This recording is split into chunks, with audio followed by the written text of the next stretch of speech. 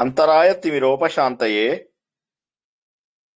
శాంత పావనమచించ వైభవం తం నరం వపుషి కుంజరం ముఖే మన్మహే కిమపి తుందిలం మహః వసుదేవసుతం దేవం కంసచాణూరమర్ధనం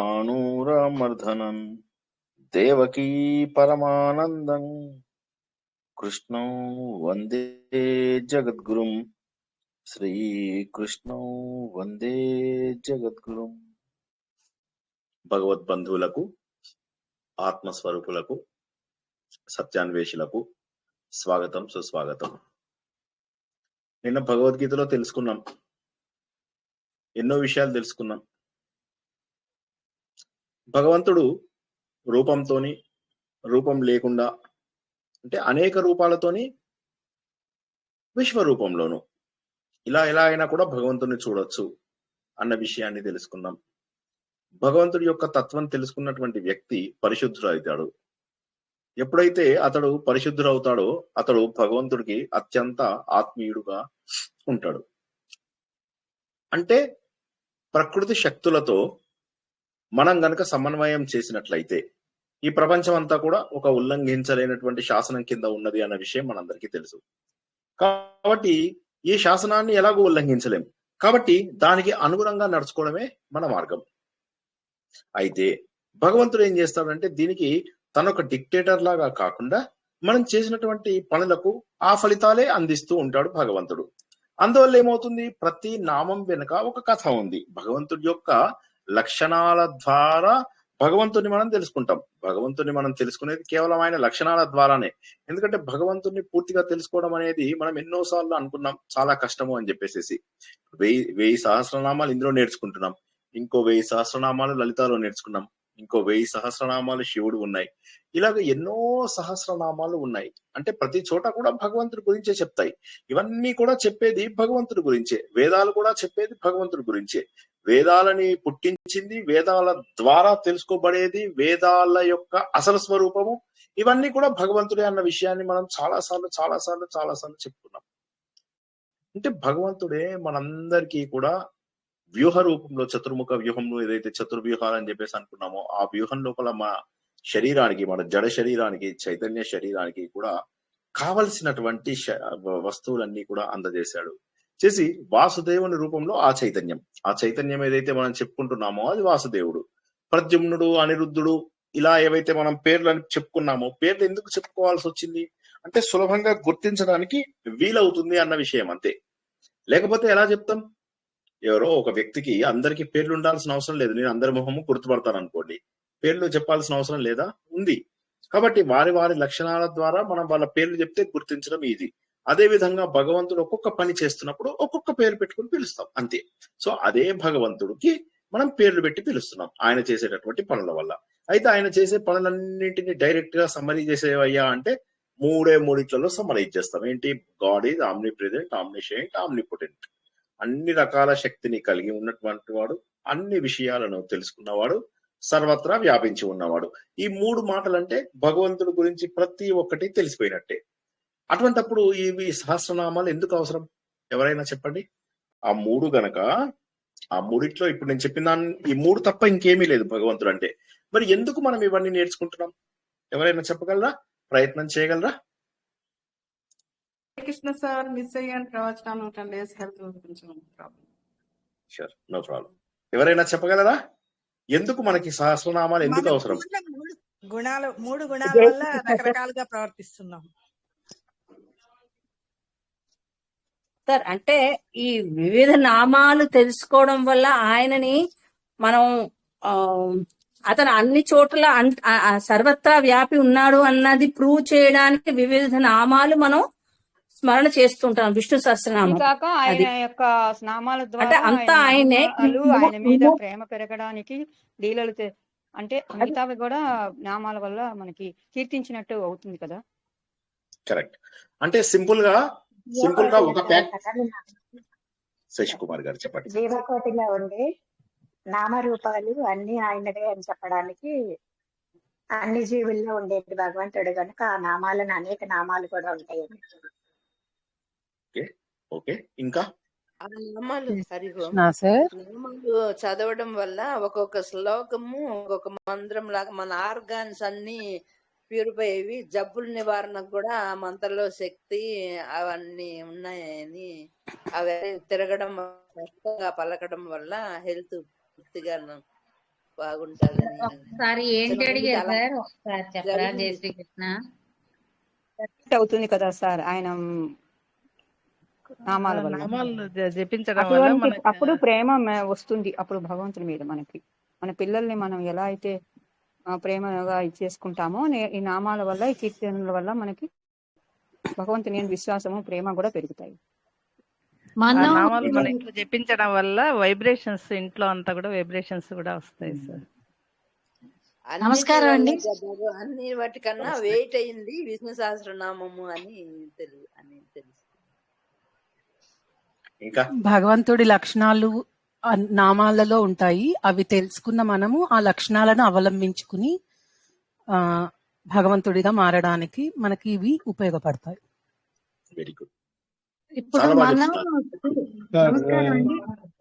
విష్ణు సహస్రనామం బుక్ తల కింద కూడా పెట్టుకుంటా అంటారు, అది కరెక్టా? పండుకున్నప్పుడు తల కింద కూడా పెట్టుకుంటా అని మన ప్రోగ్రామ్ లో చెప్పినారు యూట్యూబ్ లో. పెట్టుకోవాల్సిన అవసరం లేదు, తలలో పెట్టుకుంటే చాలు, తల కింద పెట్టుకోవాల్సిన అవసరం లేదు. అది నాకు కూడా నమ్మకం లేదు.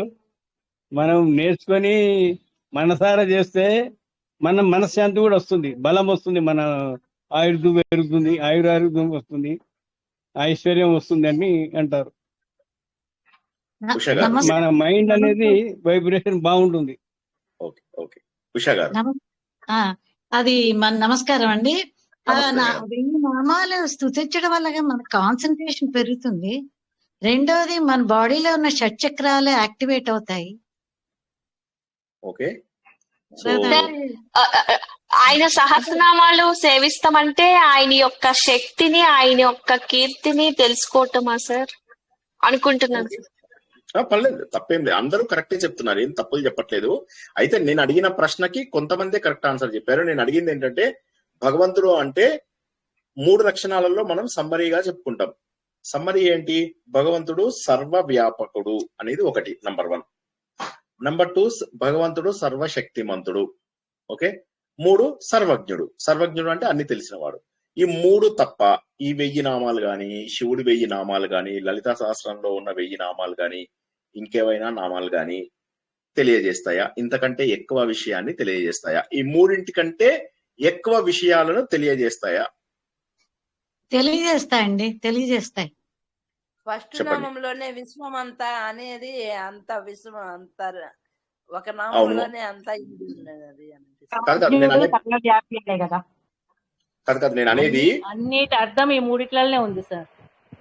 అది నేను అనేది ఆ మూడిట్లోనే ఉంది సార్. ఎన్ని నామాలు చదివినా ఆ మూడి గురించే వస్తుంది.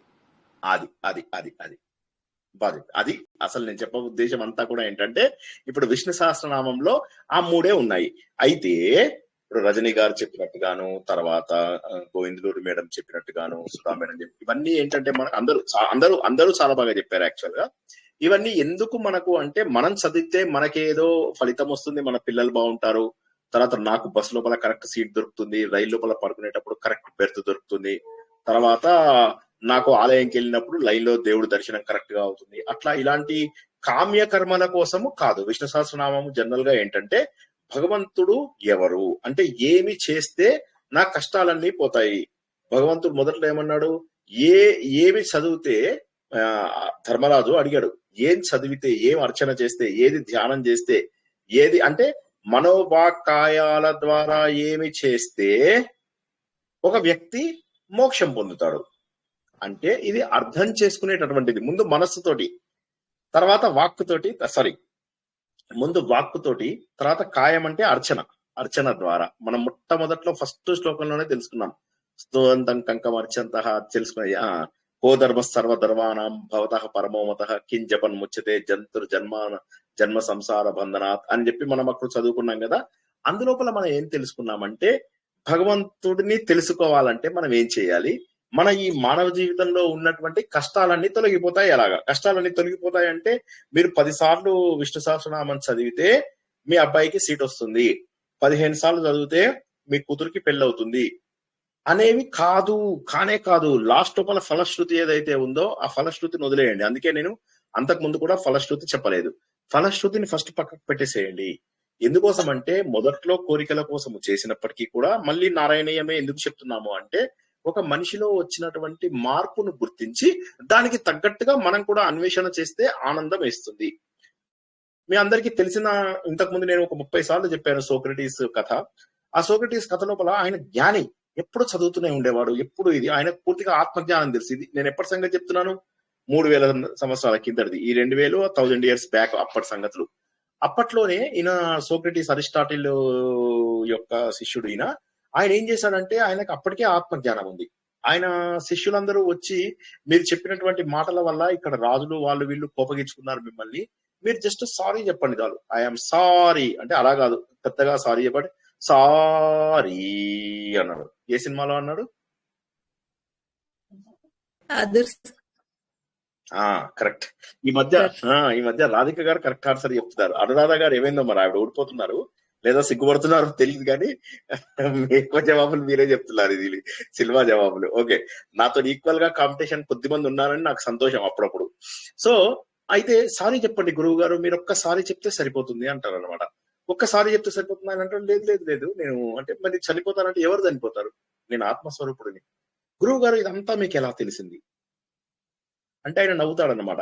ఆయన మరణించే ముందు, నేను కన్ఫ్యూజ్ అవుతున్నాను, అరిస్టాటిల్ సోక్రేట్స్ ఒకళ్ళు. ఓకే, సో అయితే సోక్రేట్సే అనుకుంటున్నాను మోస్ట్లీ. మనం సోక్రటీస్ అని అంటాం కదా, సోక్రేట్స్ అంటారు ఆయనని. అయితే ఆయన మరణించే ముందు అన్నమాట ఆయనకి నీ చివరి కోరిక ఏంటి అని చెప్పి అడుగుతాడు. ఆయన నవ్వుతాడు అనమాట. చివరి కోరిక కాదు, నాకు ఒక కోరిక ఉంది అంటాడు. ఏంటి అంటే జస్ట్ ఇక్కడి నుంచి చూడండి, నా జైలు వెనక నుంచి ఒక చక్కటి గానం వినిపిస్తోంది, ఆనందంగా సంగీతం వినిపిస్తోంది అంటాడు అనమాట. ఆయన మ్యూజిక్ నేర్చుకుందాం అనుకుంటాడు. అబ్బాయి వాయిస్ ఉంటే ఒక్క నిమిషం నన్ను చెప్పనియండి, నేను చెప్పేశాక మీరు ఏనా తప్పకుండా మళ్ళీ ఇది చెప్పండి. తప్పకుండా, షూర్. కరెక్ట్, మీరు చెప్పింది కరెక్ట్. అదే నేను చెప్తున్నది అదే. సో అప్పుడు ఆయన ఏం చేస్తాడంటే ఈ సోక్రటీస్ తనకు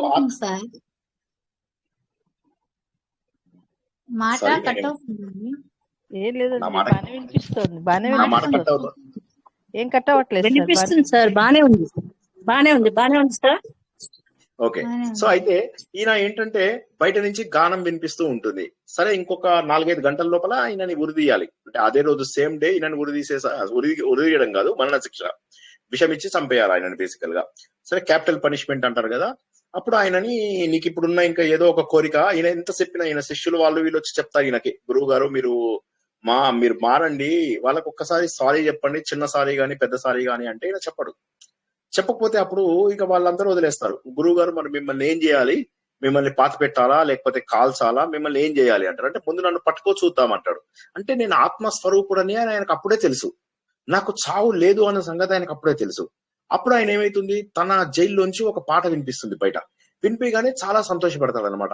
సరే, ఇందులోకి వాళ్ళు వచ్చి నీకేదైనా కోరిక కోరుకుంటే కోరుకో, నిన్ను ఇంకా తొందరగా ఇది చేయాలి, తర్వాత భోజనం పెట్టి నిన్ను చంపేస్తాము అంటారు.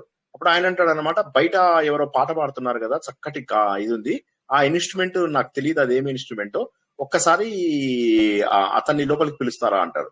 అనగానే అతను లోపలికి పిలుస్తారు. పిలవగానే అతనితో అంటాడు, ఇదేం పాట పాడావంటే చెప్తాడు ఏదో పాట అన్నమాట. పాట చెప్పగానే అప్పుడు అదే చాలా బాగుంది పాట, నాకు నేర్పిస్తావా అంటాడు. నేర్పిస్తానంటాడు. ఆ ఇన్స్ట్రుమెంట్ కూడా ఇతను నేర్చుకుంటాడు. ఆ ఇన్స్ట్రుమెంట్ ఈయనకు కొత్తది అన్నమాట. ఆ ఇన్స్ట్రుమెంట్ చాలా సేపు నేర్చుకుంటాడు ఈయన. నేర్చుకుని అట్లా ఒక 1/2 hour 1 hour దగ్గర కష్టపడతాడు. చాలా కష్టపడి ఆ ఇన్స్ట్రుమెంట్ అంతా నేర్చుకుని ఆ వ్యక్తి పాడినంత దాదాపుగా అంటే అంత రేంజ్ లో పాడగలుగుతాడు. చాలా ప్రాక్టీస్ చేస్తాడు. అతని దగ్గర ఒక అరగంట గంట నేర్చుకుంటాడు. ఒక గంట సేపు తను ప్రాక్టీస్ చేసి తన చివరికి పాడగలుగుతాడు అనమాట. పాడగానే ఈ జైలరు వాళ్ళు వీళ్ళు అందరూ ఆశ్చర్యపోతుంటారు. ఈయనను చూస్తే కొందరు వేలాది మంది శిష్యులని మన దగ్గర తయారు చేసుకున్నాడు, ఇంత అమాయకుడా, 2 గంటల్లో చనిపోతున్నావయ్యా, నీకు ఏదైనా కోరిక కోరుకో అంటే ఇదా ఆయన కోరుకునేది అని. అప్పుడు ఆయన అంటారు, ఏంటయ్యా ఏం చేస్తున్నావు అంటే, మనిషి జీవితము నేర్చుకోవడం కోసమే ఉంది. మనిషి జీవితం నేర్చుకోవడం తప్ప జీవితంలో ఏమీ అవసరం లేదు. ఇందులో శ్రీనివాస్కి ఎంత ఆనందం వస్తుందో అందరికీ అంత ఆనందం రావాలి అంటే ఆయన సోక్రేట్స్ ఆ రోజుల్లోనే చెప్పాడు, నేర్చుకోవడంలో ఉన్నంత ఆనందం ఇంకోటి లేదు. ఎందుకు ఒక్కొక్కసారి 12 గంటలు 14 గంటలు నేను చదువుకుంటూ అలా ఉండిపోతాను, అలా ప్రవచనాలు వినుకుంటూ నాకు తెలిసిన నచ్చినటువంటి విషయాలన్నీ వినుకుంటూ ఎందుకు ఉండిపోతానంటే అందులోపల ఒక చెప్పలేనటువంటి ఆనందం ఉంటుంది. ఈ నేర్చుకున్నది మనం శ్రద్ధగా నేర్చుకున్నట్టయితే కొన్ని జన్మల పాటు అది కొనసాగుతుంది. జీవితం అనేటటువంటిది ఒక కామా మాత్రమే, ఫుల్ స్టాప్ కాదు. కాబట్టి ఏంటంటే ఈ జీవితానికి పుట్టడానికి చనిపోవడానికి మధ్య ఒక చిన్న సమయం, కొద్ది సమయం మాత్రమే. ఇప్పుడు మనం ఇక్కడ ఉన్నాం, అందరం కలిసి ఉన్నాం. హిరణ్యకశిపుడు అవన్నీ కథలు రోజు చెప్పుకున్నాం కదా. ఆ విధంగా ఏమవుతుందంటే అప్పుడు అది అని ఆయన నేర్చుకోవడం గురించి గొప్ప చెప్తారు, అందరూ ఆశ్చర్యపోతారు. అప్పుడు ఆ జైలరు వాళ్ళు వీళ్ళు అంటారు అనమాట, ఈయన శిష్యులు ఎందుకు ఈయనని ఇష్టపడుతున్నారు అన్న విషయం ఇప్పుడు అర్థమైంది. ఎందుకంటే నేర్చుకోవడానికి మించినటువంటి జ్ఞానం సంపాదించడానికి మించినటువంటి గొప్ప వరం లేదు. ఈ సమయంలో ఆయన కొత్త స్కిల్ నేర్చుకుంటాడు. శ్యామ్ సింగరాయ్ సినిమా అందరూ చూసే ఉంటారు కదా. ఆ సినిమా లోపల హీరోయిన్ దేవదాసి అన్నమాట. ఇందులో అందరూ చూసారా, ఎవరైనా మిస్ అయ్యారా? చూసామండి. తప్పకుండా చూడండి వాళ్ళు తప్పకుండా చూడండి. అందులోపల హీరోయిన్ దేవదాసి అన్నమాట. అయితే ఆమెను అడుగుతాడు, నువ్వు తెలుగు ఎట్లా మాట్లాడుతున్నావు అంటే చెప్తుంది, నేను సంగీతం నేర్చుకుంటున్నప్పుడు తెలుగు వచ్చు అని అంటుంది. మెల్లగా చెప్తుంది, నేను భరతనాట్యం నేర్చుకుంటున్నప్పుడు తమిళ్ నేర్చుకున్నాను, ఇంకోటి నేర్చుకున్నప్పుడు ఇంకో భాష నేర్చుకున్నాను, వీటన్నిటికీ సంబంధమైనటువంటి సంస్కృతం ఒక దేవదాసి ఇన్ని విద్యలను నేర్చేసుకుంది. ఆమె లోపల క్యూరియాసిటీ చూసి ఇతను ఆశ్చర్యపోతాడు. ఆశ్చర్యపోయి ఏమంటాడు తెలుసా, దా అయితే ఈ పడవ నడిపేయడం వచ్చా అంటాడు. అనగానే రాదు అంటుంది ఆమె. అనగానే అప్పుడు ఆమె చేతులు పట్టుకుని ఆ పడవ నడిపేయడం నేర్పిస్తాడు అనమాట. అంటే జీవితం అంతా కూడా మీరు ఒకటి గుర్తుంచుకోండి, నేర్చుకోవడం అంటే ఏంటి? ఒక్కసారి మళ్ళీ నేర్చుకోవడానికి డెఫినేషన్ చెప్తా. అన్వేషణ, భగవంతుడి గురించి తెలుసుకోవడం. ప్రతి అడుగు కూడా మధురం, ఆనందకరమైనటువంటిది. అంటే హోల్ హార్టెడ్ గా చెప్తున్నాను నేను. నాకు మీ అందరి నుంచి ఏమీ ఆశించట్లేదు. నేను పొందుతున్న ఆనందం అందరూ పొందాలి, ఇంకేమీ లేదు. నిజంగా మీరు చూడండి, మీరు నేర్చుకోండి, ఇంకా మీ ఇంటి పక్కల వాళ్ళకి వీళ్ళకి అందరికీ నేర్పించండి. నాకు క్రెడిట్ ఇవ్వక్కర్లేదు, ఇంకెవరికి క్రెడిట్ ఇవ్వక్కర్లేదు, కృష్ణ పరమాత్మకు క్రెడిట్ ఇవ్వండి అంతే. ఇచ్చేసి నేర్చుకోండి, ఆనందంగా ఉండండి, పక్క వాళ్ళకి నేర్పించండి, ఇంకా ఆనందంగా ఉండండి. ఇంతకంటే గొప్పది లేదు. సో జీవితం అంతా కూడా అన్వేషణ, భగవంతుడి కోసం వెతుకులాట. ఆ వెతుకులాట లోపల మనం ఏం చేస్తున్నామంటే భగవంతుడిని కేవలం 3 మాటల్లో చెప్తే మనం అర్థం చేసుకోవడం కష్టమవుతుంది. కాబట్టి ఏంటంటే భగవంతుడు చేసేటటువంటి ప్రతి పనిని కూడా చెప్పడం ద్వారా ఏమవుతుందంటే మనం ఈ 3 ఎక్కడో ఒక చోట ఫిట్ చేస్తాం. భగవంతుడు సర్వవ్యాపకుడు, సర్వాంతర్యామి, సర్వజ్ఞుడు. ఈ 3 ఎక్కడో ఒక చోట పెడతాం. ఇంతకు మించి భగవంతుడు లేడు. తర్వాత ఇందాక మీరే చెప్పారు అందరూ ఏమని, భగవంతుడి లక్షణాలను తెలుసుకుంటే మనకు తెలుస్తుంది ఏ ఏ లక్షణాలు మనం పొందాలని అని. ఎవరు చెప్పారు? రజనీ గారో గోవిందలూరు గారో చెప్పారు, చాలా బాగా చెప్పారు అది. తర్వాత లీలలు, వీళ్ళిద్దరిలో ఒకరు లీలల గురించి చెప్పారు, ఒకరు భగవంతుడి లక్షణాలు. ఇది మెయిన్ పాయింట్. లక్షణాలు ఎందుకు నేర్చుకుంటాము అంటే ఆ లక్షణాలు మనము అలవరుచుకోవడానికి, సార్ అలా అయితే నేను సర్వవ్యాపకుడునా? ఎస్, నువ్వు సర్వవ్యాపకుడవి. ఎందుకంటే నువ్వు ఆత్మస్వరూపుడుగా అన్ని చోట్ల ఉన్నావు. మరి నాకు ఆ విషయం ఎప్పుడు తెలుస్తుంది అంటే బహిర్ముఖం నుంచి అంతర్ముఖమైనప్పుడు ఆ విషయం తెలుస్తుంది. ముందు చదవడంతో ప్రారంభం అవుతుంది. కోరికలతో అయినా సరే ఏం తప్పులేదు, కోరికలతో ప్రారంభించవచ్చు. కానీ కోరికలతో ప్రారంభిస్తూ తర్వాత అందులో తత్వాన్ని అర్థం చేసుకుంటుంటే కోరికలను దాటిపోయేటటువంటి స్థితికి వెళ్తాము. ఆయన జ్ఞానేశ్వరు, నేను మీకు ఈ మధ్య భగవద్గీత జ్ఞానేశ్వరిలోంచి చెప్తున్నాను కదా, అందులోపల ఆయన చెప్తూ ఉంటాడు అనమాట. చెప్తుంటే మధ్య లోపల స్టూడెంట్స్ అంతా ఆగిపోయి, గురుగారు తర్వాత ఏమైందో చెప్పండి అని చెప్పేసి చాలా ఉత్సాహం చూపిస్తారు. ఎవరికైనా కూడా చక్కటి వక్త, చక్కటి శ్రోతలుంటే చాలా ఆనందపడతారు. మళ్ళొకసారి చెప్తున్నాను, మాట్లాడేవాడు వినేవాళ్ళు మంచి వాళ్ళు ఉంటే ఆనందపడతారట. సార్ మేమెట్లున్నాం సార్ అడగండి, ఎవరైనా సార్ ఎవరైనా అడగండి కదా. చెప్పేవాళ్ళు బాగుంటే కూడా వినేవాళ్ళకి కూడా బాగా అర్థం అవుతుంది. అసలు చెప్పేవాళ్ళదే అడగండి సార్, మరి మేము ఎలాంటి శ్రోతలమో అని అడగండి కదా ఒకసారి. చెప్పండి సార్, మీరే ఎలాంటి శ్రోతలమో.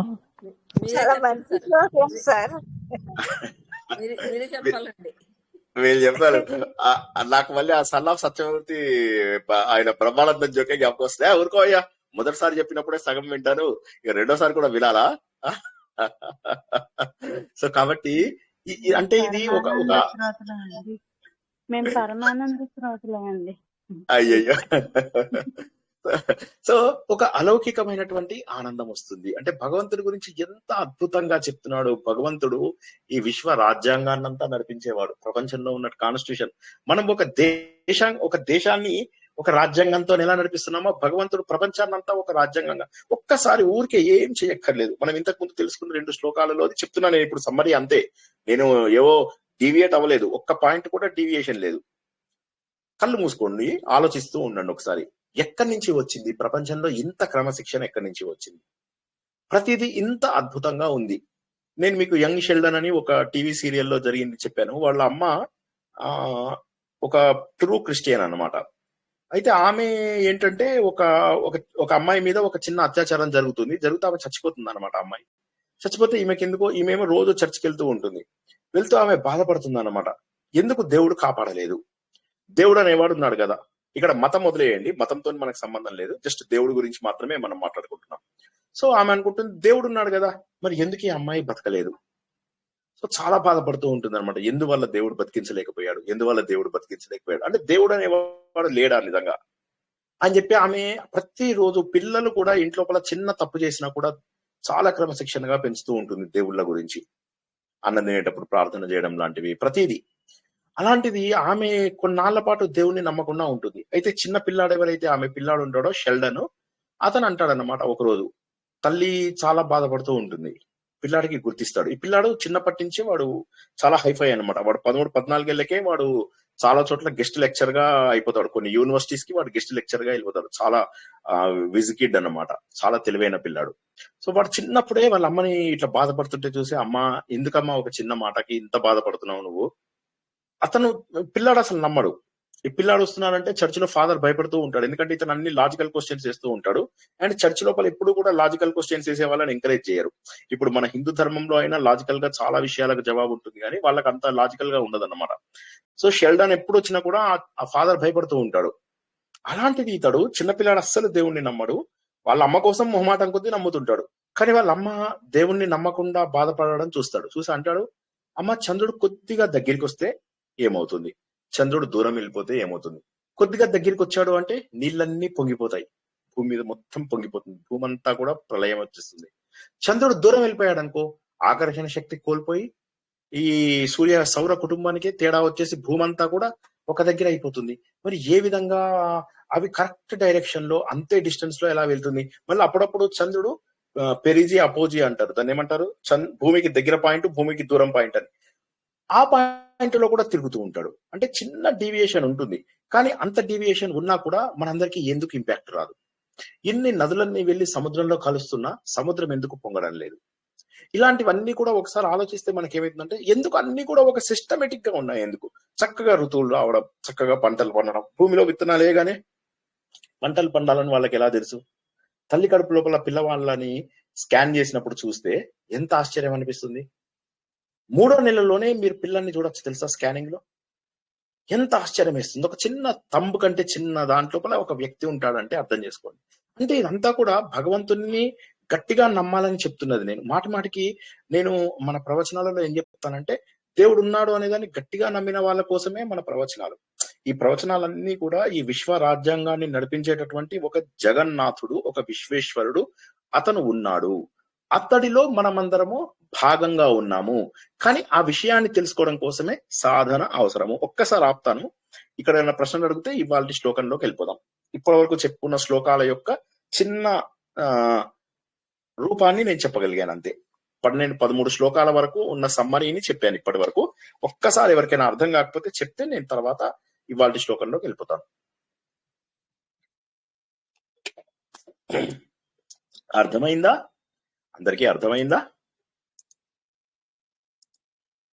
సార్ సో కాబట్టి వెరీ గుడ్. సో కాబట్టి ఏంటంటే భగవంతుడు మన జాగృతావస్థలో, సుషుప్తావస్థలో, మన తురియావస్థలో, అన్ని అవస్థలలో 4 రూపాలలో కూడా అతను కనిపిస్తూ ఉన్నాడు. సో ఈ విధంగా చతురాత్మ రూపంలో ఉన్నాడు, చతుర్వ్యూహం రూపంలో ఉన్నాడు, చతుర్భుజుడై ఉన్నాడు. చతుర్భుజుడు అంటే ఏంటి మీనింగ్ చెప్పాను?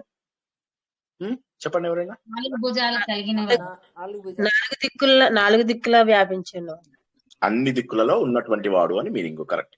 సో ఈ విధంగా అనేక అనేక రూపాలలో భగవంతుడు కనిపిస్తూ అన్ని చోట్ల వ్యాపించి ఉన్నటువంటి ఆ భగవంతుడు ఈ ప్రపంచంలో ఉన్నటువంటి ప్రతి దానికి కూడా ఆయనే మూలము. ఈ ప్రపంచంలో ఉన్నటువంటిది ఏది తీసుకున్నప్పటికీ కూడా ఈ ప్రపంచంలో ఉన్నటువంటి భోజనం చేస్తున్నది ఆయనే, తర్వాత భోజనంగా చేయబడుతున్నది ఆయనే. ఎప్పుడైతే ప్రకృతి రూపంలో ఉంటాడో అప్పుడు ఆయన భోజనం అని, ఎప్పుడైతే పురుషుడి రూపంలో ఉంటాడో అప్పుడు ఆయన భోక్త అని చెప్పేసి తెలుసుకున్నాం. దాని గురించి మనం అనుకున్నాం, కడుపులో ఉన్నప్పుడు అహం వైశ్వానరో భూత్వ అని చెప్పేసి తెలుసుకున్నాం. అంటే ఈ ప్రపంచం మొత్తానికి కారణమైనటువంటి వాడు ఆ భగవంతుడు. సో కాబట్టి ఇదంటే భగవంతుడు యొక్క ప్రకాశం వల్లనే ఈ ప్రపంచం అంతా నడుస్తుంది. ఆయన క్షమాశీలుడు. మనం ఎన్ని చేసినప్పటికీ కూడా చాలా వరకు భరించి ఎప్పుడైతే పాపము పెరిగిపోతుందో, దుర్మార్గత్వం పెరిగిపోతుందో అప్పుడు మాత్రమే ఆయన జేత అనేటటువంటి రూపం లోపల, అంటే విజయం సాధించేటటువంటి రూపంలో ఇవన్నీ చేస్తాడని, ఈ ప్రపంచానికి ఆయననే మూలమని, ఆయన లోపల ఎటువంటి మలినాలు అవి కూడా ఉండవు అని చెప్పేసి తెలుసుకోవాలి. అంటే ఒకే ఆత్మ, అందరిలో ఒకే ఆత్మ అన్నప్పుడు ఏమైతుందంటే ద్వైతం వెళ్ళిపోతుంది మన లోపల. నేను వేరు, దేవుడు వేరు. దేవుడు అక్కడ టెంపుల్లో ఉన్నాడు, ఇక్కడ లేడు. కాబట్టి ఇక్కడ నేను తప్పులు చేసినా పర్వాలేదు. అఫ్ కోర్స్ మనం టెంపుల్లో కూడా తప్పులు చేస్తున్నాం, అది వేరే సంగతి. కానీ భగవంతుడిని ఆ విధంగా మనము అన్ని చోట్ల కూడా ఉన్నాడు అని చెప్పేసి ఆలోచించగలిగినట్లయితే తర్వాత శ్లోకం లోపల చాలా అద్భుతంగా ఉంటుంది. ఈ శ్లోకం లోపల వామన మూర్తి నుంచి త్రివిక్రమ రూపంలోకి భగవంతుడు ఎదిగినటువంటి రూపాన్ని చూపిస్తున్నారు అనమాట. అంటే భగవంతుడు ముందుగా వామన రూపంలో పొట్టిగా ఉన్నాడు. పొట్టిగా ఉన్నటువంటి భగవంతుడు బలిచక్రవర్తిని అనగదొక్కేయడానికి కోసం అని చెప్పేసి ఆయన ఒక్కసారిగా త్రివిక్రమ రూపం లోపలికి వెళ్ళిపోయాడు. అంటే ఏంటి, దీని ఉద్దేశం ఏమిటి అంటే విస్తారంగా వ్యాపించి ఉన్నటువంటి, అంటే భగవంతుడు చిన్న రూపంలో ఉండి మెల్లమెల్లగా విస్తారంగా వ్యాపించి విశ్వరూపుడైపోయి ఉన్నాడు. ఈ విశ్వరూపుడై ఉన్నటువంటి వాడు ప్రపంచాన్ని నియమ అంటే ఏంటంటే సృష్టి మొత్తాన్ని నియమించేవాడు, సృష్టి మొత్తాన్ని నియంత్రించేవాడు అని చెప్పేసి.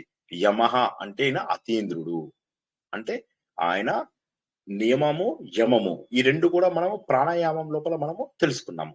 సో వాటి గురించి ఇప్పుడు మనము కొద్దిగా జాగ్రత్తగా తెలుసుకుందాం ఈ రోజు శ్లోకంలో. ఉపేంద్రః, ఉప ఇంద్రః, ఇంద్రుడికి సమీపంగా ఉన్నవాడు అని మీనింగ్. ఇంద్రుడికి సమీపంగా ఉండడం అంటే ఏంటి అంటే ఇంద్రుడికి తమ్ముడు కాబట్టి ఇంద్రుడికి క్లోజ్ పర్సన్ అని చెప్పేసి తెలుసు. ఇంద్రుడికి తమ్ముడు ఎలా అయ్యాడండి? ఎవరన్నా చెప్పండి, ఇంద్రుడికి తమ్ముడు ఎలా అయ్యాడు? ఎవరు చెప్పట్లేదు. వామనుడిగా పుట్టినప్పుడు దితికి పుడతాడు కదండి, అతిథి కొడుకులు కాబట్టి. కరెక్ట్. సో కాబట్టి అలాగా ఉపేంద్రుడు ఇంద్రుడికి తమ్ముడు, అయితే ఇంద్రుడికి సమీపంగా ఉన్నవాడు కాబట్టి ఇతన్ని ఉపేంద్రుడు అని చెప్పేసి అంటారు. అంటే తర్వాత నెక్స్ట్ శ్లోకమే, నెక్స్ట్ నామమే వామనుడు. వామనుడు అంటే చిన్న రూపంలో ఉన్నప్పటికీ కూడా మహాశక్తిశాలుడు, పొట్టివాడు గట్టివాడు అని సామెత ఎక్కడి నుంచి వచ్చిందంటే ఇక్కడి నుంచే, వామనుడి నుంచే. అంటే పొట్టిగా ఉన్నటువంటి వాడు, వామన అవతారధారి. వామనం అంటే పొట్టి అని మీనింగ్, వానరం కాదు వామనం.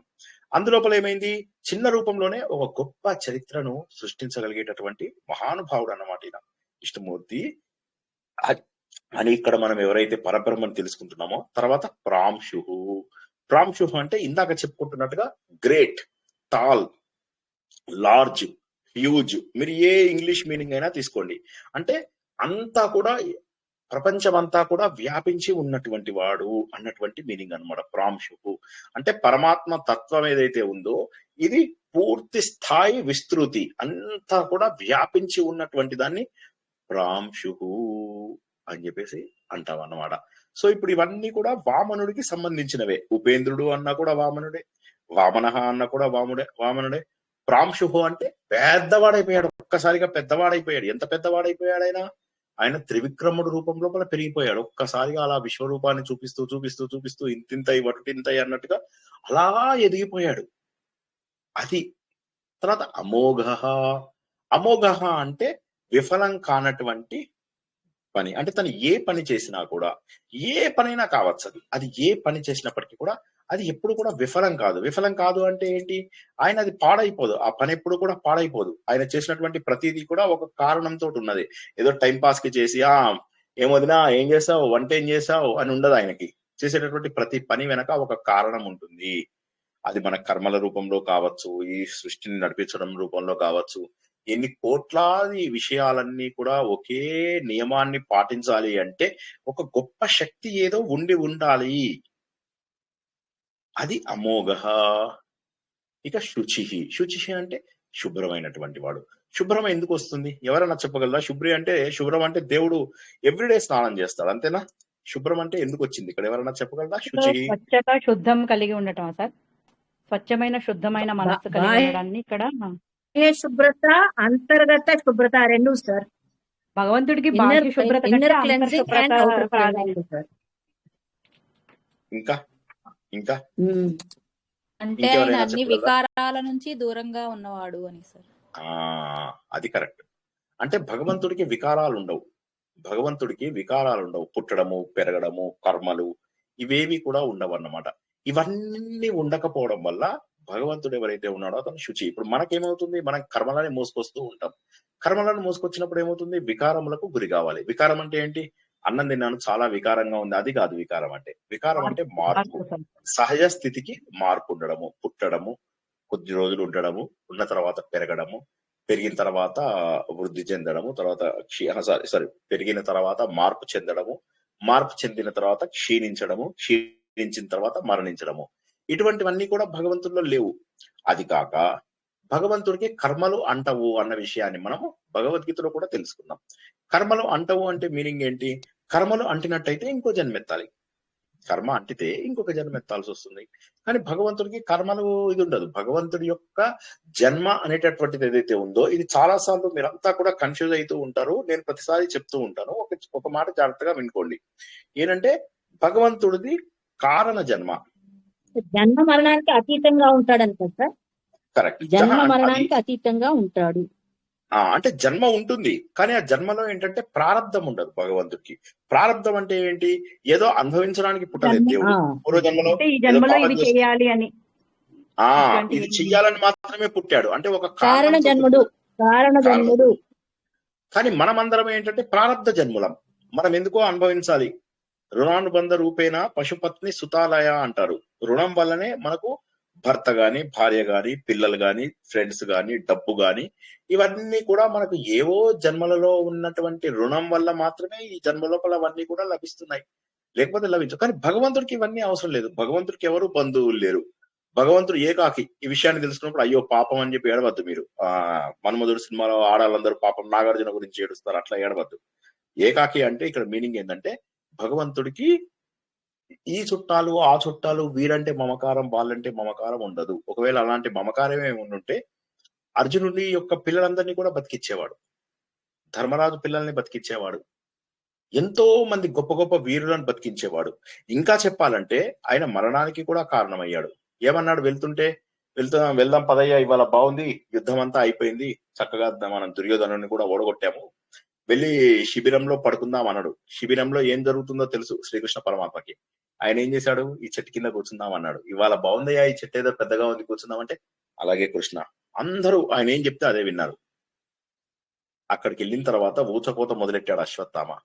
ఒక్కొక్కరిని అత్యంత దారుణంగా చంపేశాడు. పంచ ఉప పాండవులని, దుష్టజుమ్నుని, దొరికిన వాడిని దొరికినట్టుగా శిఖండిని, ఎవడు దొరికితే వాడిని చంపి పారేస్తాడు. ఏనుగులు, గుర్రాలు కూడా వదలకుండా బయట నిలబడ్డటువంటి కృతవర్మ, కృపాచార్యుడు వాళ్ళు బాణాలు వేస్తూ చంపేస్తారు. మరి ఎందుకు చేయించాడు భగవంతుడు? ఎందుకంటే భగవంతుడికి నీ అని తేడా ఉండదు. నేనంటే నాకు దేవుడిని కోరుకున్నాను, తీరింది అంటే అయ్యో నాకు తీరలేదండి అంటే మీకు అంత భక్తి లేదండి. అలాంటి మాటలు ఎప్పుడూ అనకండి దయచేసి. ఎందుకంటే ఎవరిని కించపరచకండి. మీకు భక్తి లేదు అని, మాకు భక్తి ఎక్కువ ఉంది అని. ఈ భక్తి ఎక్కువ ఉన్న వాళ్ళకి ఏం చేయాలి అనేది మీకు అందరికీ చెప్పాను ఆల్రెడీ, గుర్తుందా? చాలా రోజుల కింద చెప్పాను, మళ్ళీ అది నేను మర్చిపోయాను ఈ మధ్య. చాలా భక్తి ఉన్న వాళ్ళని ఏం చేయాలంటే దేవుడి దగ్గరికి పెద్ద లైన్లు ఉంటాయి కదా, 3 లైన్లు పెట్టాలి. 3 లైన్లు. ఆ లైన్లలో బాగా భక్తున్న వాళ్ళ కోసం ఒక లైను, మామూలు భక్తున్న వాళ్ళకి 2వ లైను, అసలు భక్తి లేని నాలంటోళ్ళు ఉంటారు కదా, నాలాంటి గ్యాంగ్ ఏమో సెపరేట్ లైను. సో నా లైన్ లో అసలు రష్ ఉండదు. నేను వెళ్ళేసి ఎన్నిసార్లు కావాలంటే అన్నిసార్లు దర్శనం చేసుకుని వస్తూ ఉంటామండి. నా వెనకే వస్తారా?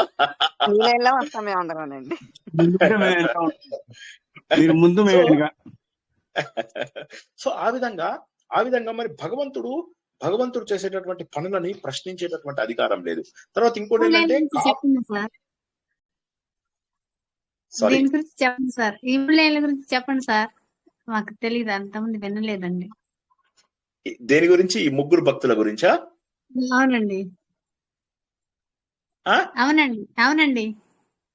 Okay okay. యాక్చువల్ గా ఏమైందంటే ఒకసారి మేము మా మా బంధువులతోటి శ్రీశైలం వెళ్ళామన్నమాట. వెళ్తే ఏమైందంటే అక్కడ మా రిలేటివ్లలో ఒక ఆవిడ దేవుడి దగ్గర అలా ఉండిపోయింది. లైన్ అంతా ఆగిపోతుంది. ఆగిపోతే వాళ్ళందరూ తిట్టి ఆవిడని అలా కొట్టారు. ఇంతలోకే మా ఇంకొక రిలేటివ్ ఆయన ఏం చేశాడు, ఆగిపోయి పడుకుని అసలు అక్కడ నడవడానికే ప్లేస్ లేదు, పడుకుని అలా లింగం మీద తలకాయ కొట్టుకుని ఇది చేసి అది చేసి చేస్తున్నారు అనమాట. చేస్తుంటే ఇంకా ఇద్దరు వచ్చేసి ఆయనని ఇట్లా రెండు వైపులా పట్టుకుని బయటికి లాక్కెళ్ళి పడేశారు అనమాట.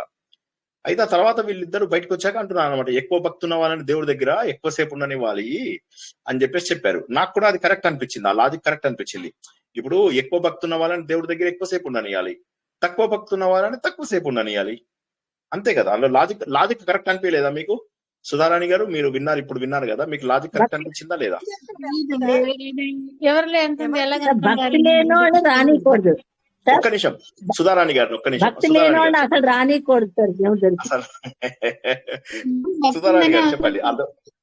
అందరూ అంతసేపు టైం తీసుకుంటే మళ్ళీ వెనక అందరు ఇబ్బంది పడతారు కదండి. కరెక్టే, కానీ ఎక్కువ భక్తి ఉన్న వాళ్ళని మీరు తక్కువ సేపు ఉంచుతారా దేవుడి దగ్గర? అది ఎట్లా తెలుస్తుందండి? అందుకోసమనే మేము ఒక ప్లాన్ చేసాం. ఆ ప్లాన్ ఏంటంటే 3 లైన్లు పెడతాం. ఆ 3 లైన్లలో ఏంటంటే ఎక్కువ భక్తున్న వాళ్ళ కోసం ఒక లైను, మీడియం భక్తున్న వాళ్ళ కోసం ఒక లైను, అసలు భక్తి లేని వాళ్ళు చాలా తక్కువ, అంటే హై మీడియం లో అన్నమాట. ఆ లో అనే గ్రూపు, ఈ 3 లైన్లు పెట్టాలి. పెట్టేస్తే అందులోపల నిలబడాలి. అందులోపల ఏంది, ఎక్కువ భక్తి ఉన్న వాళ్ళు ఉంటారు కదా, వాళ్ళు దేవుడి దగ్గర ఎంతసేపు అయినా ఉండొచ్చు, గంట సేపు అయినా ఉండొచ్చు, పడుకోవచ్చు, దొరలొచ్చు, తలకాయ కొట్టుకోవచ్చు, ఓకే, ఏమన్నా చేయొచ్చు, ఓకే, వాళ్ళు ఎంతసేపు అయినా ఉండొచ్చు, అట్లా అనమాట. సో ఎక్కువ భక్తి ఉన్న వాళ్ళని ఆ లైన్ లో పడేసి తక్కువ భక్తి ఉన్న వాళ్ళని దేవుడి దగ్గర చూసేసి వెళ్ళిపోవడమే అనమాట వాళ్ళు. సో అలా చేయొచ్చు అని మేము ఇంతకుముందు కనుక్కున్నాం, అది ఆ మెథడ్. సో ఏది ఏమైనప్పటికీ కూడా అది ఒక జోక్గా తీసుకుని మేము ఎప్పుడు నవ్వుకుంటూ ఉండడానికి అది అనేది. సో ఏమవుతుందంటే మనకి ఎక్కువ భక్తి ఉంది, అవతల వాడికి తక్కువ భక్తి ఉంది. నాకు ఎక్కువ భక్తి ఉండడం వల్ల భగవంతుడి లోపల బయాస్ ఉండదు. అర్జునుడు గొప్ప శిష్యుడు భగవంతుడికి. భగవంతుడు ఏమన్నాడు, నువ్వు నేను ఒకటేనయ్యా. పాండవులలో అర్జునుడిని నేను అన్నాడు, అంతేగాని పాండవులలో ధర్మరాజును నేను అనలేదు, పాండవులలో భీముడను నేను అనలేదు, పాండవులలో అర్జునుడను నేను అని చెప్పేసి అన్నాడు. అంటే అలాంటిది ఎందుకు అర్జునుడికి అంత వేదన గురి చేశాడు? వీళ్ళు ఒక్కసారైనా క్వశ్చన్ చేస్తారా? క్వశ్చన్ చేయరు. ఎందుకోసం క్వశ్చన్ చేయరంటే వాళ్ళకి అప్పటికి మెచ్యూరిటీ వచ్చింది. భగవంతుడు ఏది చేసినా కూడా మన మంచికే, మన ప్రారంధాలు తీరడానికే, లేదా ఇలా జరగడానికి అని చెప్పేసి ఉంటుంది. ఏదేది ఎలా జరగాల్సిందో అది అలా జరగడానికే భగవంతుడు చేస్తాడనమాట. కాబట్టి ఏమవుతుంది, భగవంతుడు మనందరము ప్రారంధ జన్ములం అయినప్పటికీ కూడా భగవంతుడు ఏదో ఒక కారణం లేదే రాడు. ఈ ప్రపంచంలో జరుగుతున్నటువంటిది ప్రతి ఒక్కటి కూడా ఒక కారణంతోనే వస్తుంది. దీన్ని మనం కుంగ్ ఫు పాండా సినిమా గురించి చెప్పుకున్నప్పుడు చెప్పాం. అందులోపల ఎవడు ఈ మొత్తం అందరికి లీడర్ గా సెలెక్ట్ అవ్వాలి అని చెప్పేసి మొత్తం మార్షల్ ఆర్ట్స్ లో ఉన్న వీరులందరూ కూడా పోటీ పడుతుంటారు. అక్కడ ఒక పెద్ద గుండం గీస్తారు, అందులోపల ఎవడైతే పడతాడో వాడే లీడర్ అని చెప్పి డిసైడ్ చేసుకుంటారు. చివరికి ఏమవుతుంది, బై మిస్టేక్ వీడు కుంగ్ ఫు పాండాగాడు చాలా లావుగా బొద్దుగా ఉంటాడు, వాడు ఏదో పని మీద వెళ్తూ సడన్ గా అందులో పడతాడు. పడగానే మరి వాడే లీడర్. అందరూ అంటారు లేదు లేదు వాడు యాక్సిడెంట్ లో పడ్డాడు అని చెప్పేసి వీళ్ళందరూ ఫైటర్స్ అందరూ వచ్చి గొడవ చేస్తారు. అంటే అప్పుడు వాళ్ళ మెయిన్ ఎవరైతే ముసలాయన వాళ్ళందరికీ హెడ్ ఉంటాడో ఆయన చెప్తాడు, దేర్ ఆర్ నో యాక్సిడెంట్స్ అంటాడు. అంటే ప్రపంచంలో ఏది కూడా ఆటోమేటిక్ గా జరగదు. వాడి లక్కుతో కొట్టుకొచ్చాడు, లక్కుతో కొట్టుకు రాడండి, ఏదో కారణం ఉన్నదే రాదు అని గుర్తుంచుకోండి. There are no accidents. ఆ తర్వాత ఏమవుతుంది, వాళ్ళందరూ ఇతన్ని చాలా ఇన్సల్ట్ చేస్తారు పాపం. ఈ కుంగ్ ఫు పాండాని బాగా ఇన్సల్ట్ చేస్తారు. వీడికి ఏమి కరాటే ఫైటింగ్లు రావు, కుంగ్ ఫు ఫైటింగ్లు రావు, ఏమి రావు, వీడు మనల్ని ఎలా కాపాడతాడు అనుకుంటాడు. కానీ చివరికి అతడే వీళ్ళందరినీ విజయాల్లోకి తీసుకెళ్తాడు. సో కాబట్టి ఏంటంటే ఏ కారణం లేకుండా ఏది జరగదు. ప్రపంచంలో ప్రతి ఒక్కటి కూడా ఒక కారణంతోనే జరుగుతుంది. సో ఆ కారణానికి కారణభూతుడైనటువంటి భగవంతుడికి ఈ ఫలితాలు అంటుకోవు కాబట్టి ఆయన శుభ్రంగా ఉన్నాడు. అంతేగాని ఫుల్ గా స్నానం చేసేసి మంచిగా గంధం పట్టించి కాదు. మనం చేయిస్తాం భగవంతుడికి స్నానం. భగవంతుడికి స్నానం అవసరం లేదు. భగవంతుడు శుచివాడు, ఆయన అంత శుచి ఉన్నటువంటి వాడు. భగవంతుడు గొప్ప శుచి అయినటువంటి వాడు. ఆయన ఇంద్రుడి కంటే కూడా గొప్పవాడు. అతీంద్ర, ఇంద్రుడి కంటే కూడా గొప్పవాడు. ఇక్కడ ఇంద్రుడి కంటే గొప్పవాడు అంటే మీనింగ్ ఏంటండి, ఎవరైనా చెప్పగలరా? ఇంద్రియాలని జయించిన వాడు. Very good, very good, correct. ఇంద్రియములను జయించినటువంటి వాడు. ఇంద్రుడు అంటే ఇంద్రియాలు అని చెప్పేసి మీనింగ్ ఇక్కడ. ఓకే, ఆ ఇంద్రియాలన్నింటినీ కూడా జయించినటువంటి వాడు. ఎందుకంటే భగవంతుడు ఇంద్రియాలతోటి అరే లడ్డు, అక్కడ లడ్డు ఉంది, ఇది మన విద్యాప్రకాష్ ఆనందగిరి చెప్తూ ఉంటారు అనమాట. భోజనం చేస్తూ ఉంటాట, పొట్ట అంటుందిట బాగా ఫుల్ అయిపోయినాయా ఇంకా చాలు అని చెప్పి నోటికి చెప్తుంటా, నోరు అంటుందిట పొట్టతోటి షడాప్ నెక్స్ట్ ఐటమ్ లడ్డు అంటుంటా. సో సో సో ఇదేంటంటే ఆ విధంగా ఇంద్రియాలను జయించుకోవడం చాలా కష్టం. అందులో ఏజ్ పెరుగుతున్న కొద్దీ ఏమవుతుందంటే ఇంద్రియాల పైన ఓటమే ఉంటుంది, మనకు గెలుపు అనేటటువంటిది ఉండదు. ఎక్కువ తినాలనిపిస్తుంది సార్ పెద్దవాళ్ళకి ఎక్కువ తినాలనిపిస్తుంది. కరెక్ట్. సో కాబట్టి ఆ ఇంద్రియాలను జయించినటువంటి వాడు పరమాత్ముడు. సో అటువంటి వాడు సర్గ, సృష్టి అంతా కూడా సృష్టించినటువంటి వాడి భగవంతుడు. ఇది మనము ప్రతి పురాణంలో కూడా తెలుసుకున్నాం. సర్గ, ప్రతిసర్గ, మన్వంతరాలు, వంశము, వంశాను చరిత్ర ఇవన్నీ కూడా ఉంటే పురాణం పంచలక్షణం అని చెప్పేసి తెలుసుకున్నాం. భాగవతం ఏమో 10 లక్షణాలు ఉంటుంది అని చెప్పేసి తెలుసుకున్నాం. అందులోపల మొదటిది సర్గ, అంటే ఈ సృష్టి మొత్తానికి కూడా కారణభూతుడు అయినటువంటి వాడు. ఈ ప్రపంచం మొత్తానికి కూడా కారణభూతుడు, ఈ సృష్టి మొత్తానికి కారణము. సో ఈ మాటని రకరకాలుగా మనకు జగదాది జగాని ఇది ఎన్నో రకాలుగా కూడా మనకి ఇది ఎప్పుడో చెప్పాడు ఆయన. అంటే భగవంతుడే మూలము అంటే మాట మాటకి మనకు ఏదో ఒక రూపం లోపల భగవంతుడు మూలము అని చెప్తున్నాడు. చెప్తూ వామన రూపంలో ఆయన మూలంగా వచ్చాడు, మూలంగా వచ్చి రాక్షసులను అంతం చేశాడు అనేటటువంటి మీనింగ్. తర్వాత నాకు వికారాలు ఉండవు కాబట్టి తన స్వరూపాన్ని అలా పట్టుకుని ఉండగలడు ఆయన. ఆత్మ నిగ్రహం కలిగినటువంటి వాడు, ఎటువంటి మార్పు ఎటువంటి వికారాలు ఏవి కూడా పొందనటువంటి వాడు. కాబట్టి నేను ధృతాత్మ అని చెప్పేసి అంటారు. మనం ఎక్కడో ఒకటి మర్చిపోయినట్టున్నాం, ఒక్కసారి ఎవరైనా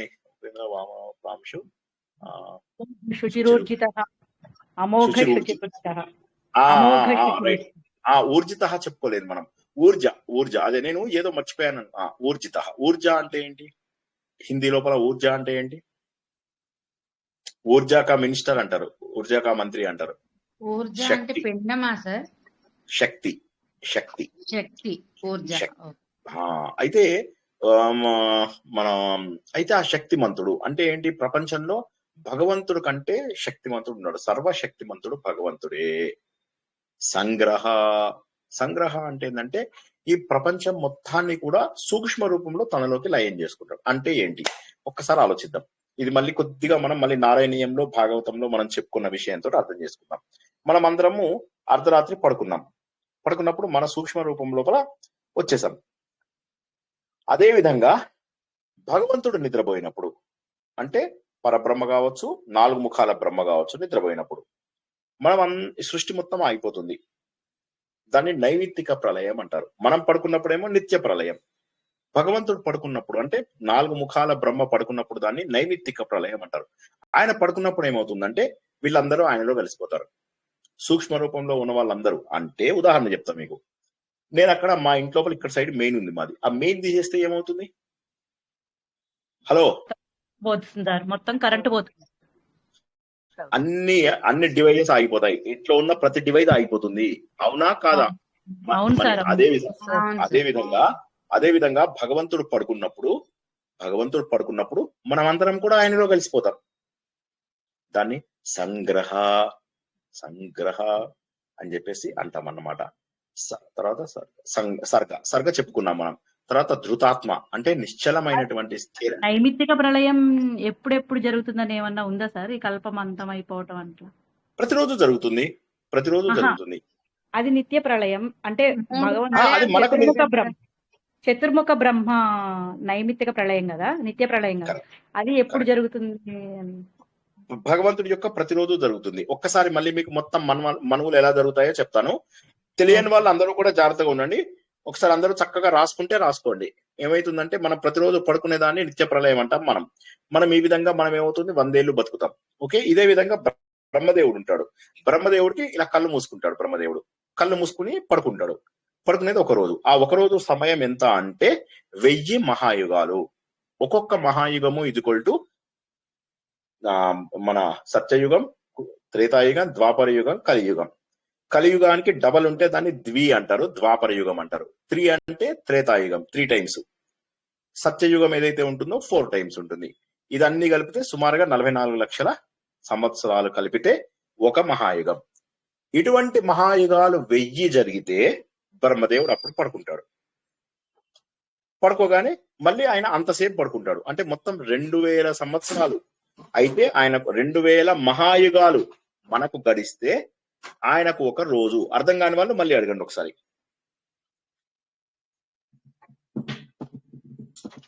అర్థం కాని వాళ్ళు అడగండి మళ్ళీ ఒకసారి, మొహమాట పడకుండా అడగండి, అది ఇంపార్టెంట్.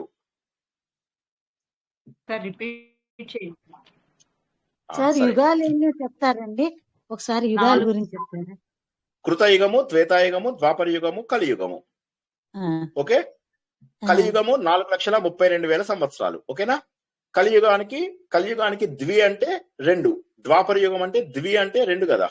సో ద్వాపర యుగం అంటే 2, అంటే 4ని 2తో మల్టిప్లై చేస్తే 8,64,000 మీకు ద్వాపర యుగం. 3 అంటే త్రేతాయుగం. త్రేతాయుగంలో ఏమవుతుంది మీకు 3 టైమ్స్ ఆఫ్ ఇది, అంటే 12,96,000 సంవత్సరాలు. కలియుగమేమో 4,32,000, ద్వాపర యుగమేమో 8,64,000, త్రేతాయుగమేమో 12,96,000. సత్యయుగం ఏదైతే ఉందో అది 4 రెట్లు ఉంటుంది. అంటే రఫ్లీ ఎంత ఉంటుంది? 4 నెలల 16 17,28 17.28 17,28,000 సంవత్సరాలు ఉంటుంది. 17 లక్షల డబల్ పెరుగుకుంటూ పోతుంది. ఒకటి వచ్చినప్పుడు డబల్ అనుకుంటూ పోతుందండి. డబల్ అవ్వదు. మొదటి దానికి రెండోది 2 రెట్లు, మొదటి దానికి మూడోది 3 రెట్లు, మొదటి దానికి నాలుగోది 4 రెట్లు.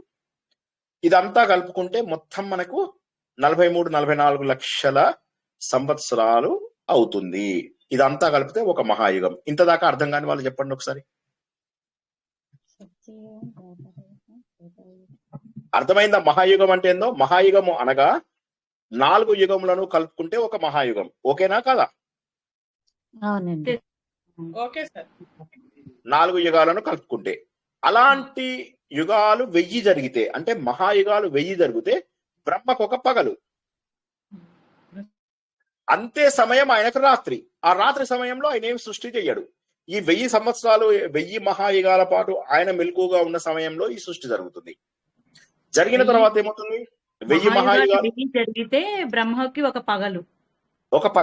అవే 1000 మహాయుగాలు జరిగితే ఒక రాత్రి. అంటే భగవంతుడికి ఒక రోజు = బ్రహ్మదేవుడికి 2000 మహాయుగాలు. ఓకేనా? క్లియరా? ఇప్పటికీ 2000 మహాయుగాలు. ఈ 2000 మహాయుగాల లాంటివి 30 జరుగుతాయి. 30 జరిగితే దాన్ని ఒక నెల అంటారు బ్రహ్మదేవుడికి, 4 ముఖాల బ్రహ్మకి. అటువంటివి 12 జరిగితే ఆయనకు ఒక సంవత్సరం, బ్రహ్మదేవుడికి ఒక సంవత్సరం, 4 ముఖాల బ్రహ్మకి. ఆ తర్వాత ఇప్పుడున్నటువంటి బ్రహ్మకి నా ఏజ్ ఎగ్జాక్ట్లీ నాలాగానే ఉంటాడు. గడ్డం కూడా నాలాగానే ఉంటుంది, నాలాగా ఉంటుంది, లేదా మన మోడీ మహోదయ లాగా ఉంటుంది. మొత్తం మీద ఇలా ఉంటుంది, సేమ్ గడ్డం యాజ్ ఇట్ ఈస్. కొద్దిగా చూడండి, ఇలా ఉంటుంది, సేమ్ ఇట్లాగే ఉంటాడు బ్రహ్మదేవుడికి. కాకపోతే 3 ముఖాలు ఎక్స్ట్రా ఉంటాయి అన్నమాట. ఆయన కూడా సుమారుగా నా అంత వయస్సు. అందుకే ఏమంటాం మనం? అద్యద్ బ్రహ్మణ ద్వితీయ పరార్థే అంటే, ద్వితీయ పరార్థం అంటే 2వ సగము, మొదటి సగము 2వ సగం. ఇప్పుడు ఆయన వయసు ఎంత? మన ఇప్పుడు ఉన్నటువంటి బ్రహ్మదేవుడి వయసు ఎంత? 51 సార్. ఈ 52, 53 ఏళ్ళు ఉంటాయి ఆయనకి. ఈ బ్రహ్మదేవుడు 100 ఏళ్ళు అయిన తర్వాత ఈయన అవతారం సాధిస్తాడు. సాధించిన తర్వాత అప్పుడు దాన్ని ఏమంటారంటే ప్రాకృతిక ప్రళయం అంటారు. ప్రాకృతిక ప్రళయం అంటారు. అంటే బ్రహ్మదేవుడికి 100 ఏళ్ళు అయిపోయిన తర్వాత ప్రాకృతిక ప్రళయం అవుతుంది. అయిపోయిన తర్వాత వీళ్ళందరిపైన హెడ్ ఎవరైతే ఇప్పుడు మనం ప్రస్తుతం విష్ణుమూర్తి రూపంలో చూస్తున్నామో ఆయనని పరబ్రహ్మ అంటాడు. 4 ముఖాల బ్రహ్మ వేరు, పెద్ద పరబ్రహ్మ వేరు. ఆ పెద్ద పరబ్రహ్మ ఏం చేస్తాడు? సృష్టినంతా తనలోకి స్వీకరించేస్తాడు. మొత్తాన్ని తీసేసుకుంటే అప్పుడు ప్రపంచంలో చైతన్యం ఉంటుంది. ఈ కొండలు ఉండవు, కోనలు ఉండవు, చెట్లు ఉండవు, చేమలు ఉండవు, సృష్టి ఉండదు, ఏముండదు. దాన్ని ఆంత్యక ప్రళయము అంటారు. ఇవి మనము నారాయణీయంలో నేర్చుకున్నాము. వీలైన వాళ్ళు మళ్ళీ ఒక 2 సార్లు నారాయణీయం ప్రవచనము వినండి. నారాయణీయంలో మనము చాలా డీటెయిల్ గా వీటి గురించి చెప్పుకున్నాం. అందరూ కూడా ఒకసారి వినండి.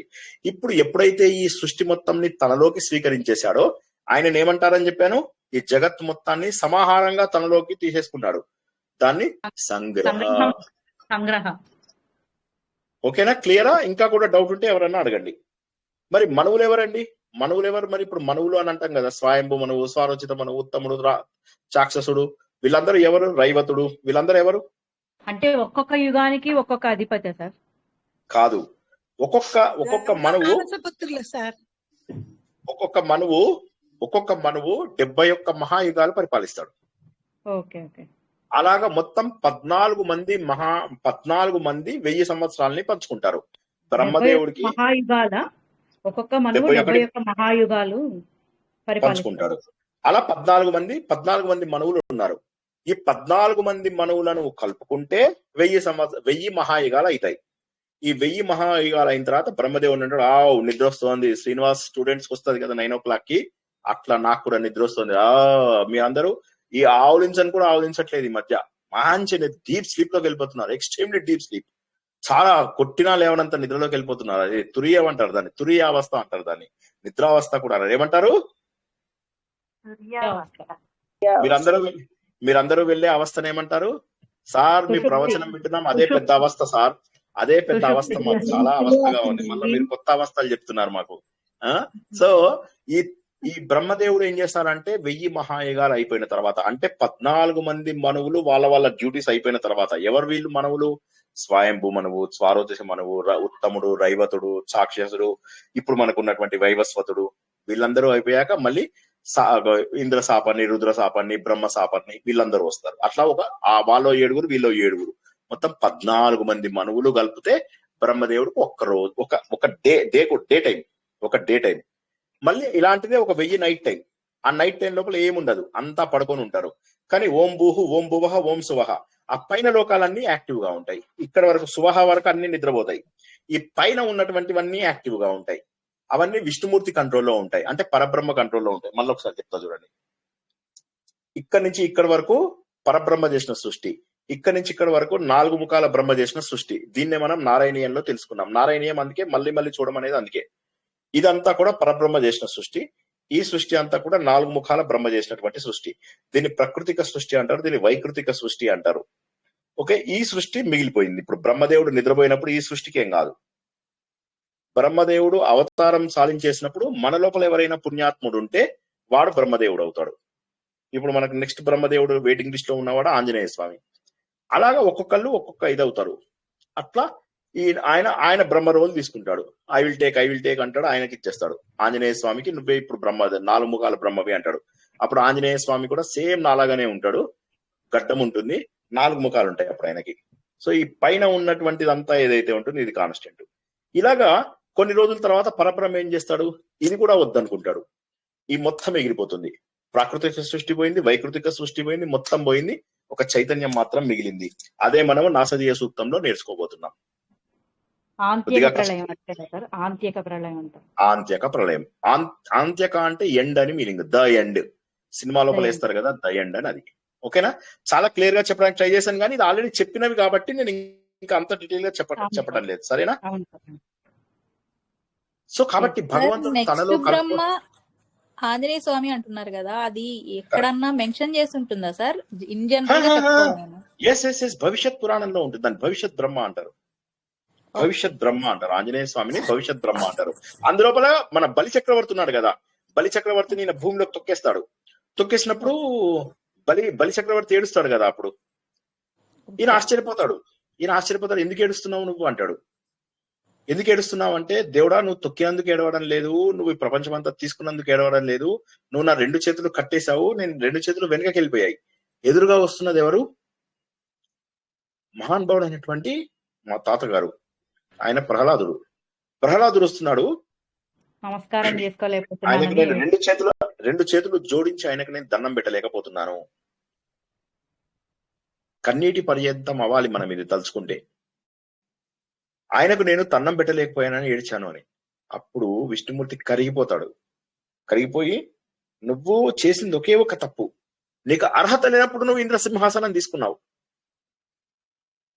నీకు అర్హత నేను ఇస్తా, నెక్స్ట్ నువ్వే ఇంద్రుడు అవుతావు. అంతేకాదు నేను నీకు ద్వార పాలకుడు లాగా, నీకు సెక్యూరిటీ గార్డు లాగా ఈ రోజు నుంచి నేను ఉంటా అని చెప్పేసి ఆ రోజు నుంచి బలి చక్రవర్తికి ఆయన సెక్యూరిటీ గార్డు లాగా పనిచేస్తాడు.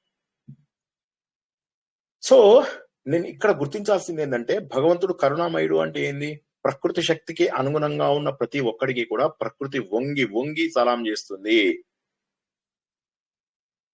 వంగి వంగి సలాం చేస్తుంది ప్రకృతి. మీరు ప్రకృతి నియమాలను సరిగా పాటించి ధర్మబద్ధమైనటువంటి జీవితం నడిపిస్తే, ఎందుకంటే నియమ, భగవంతుడు ఎవరు? నియమ.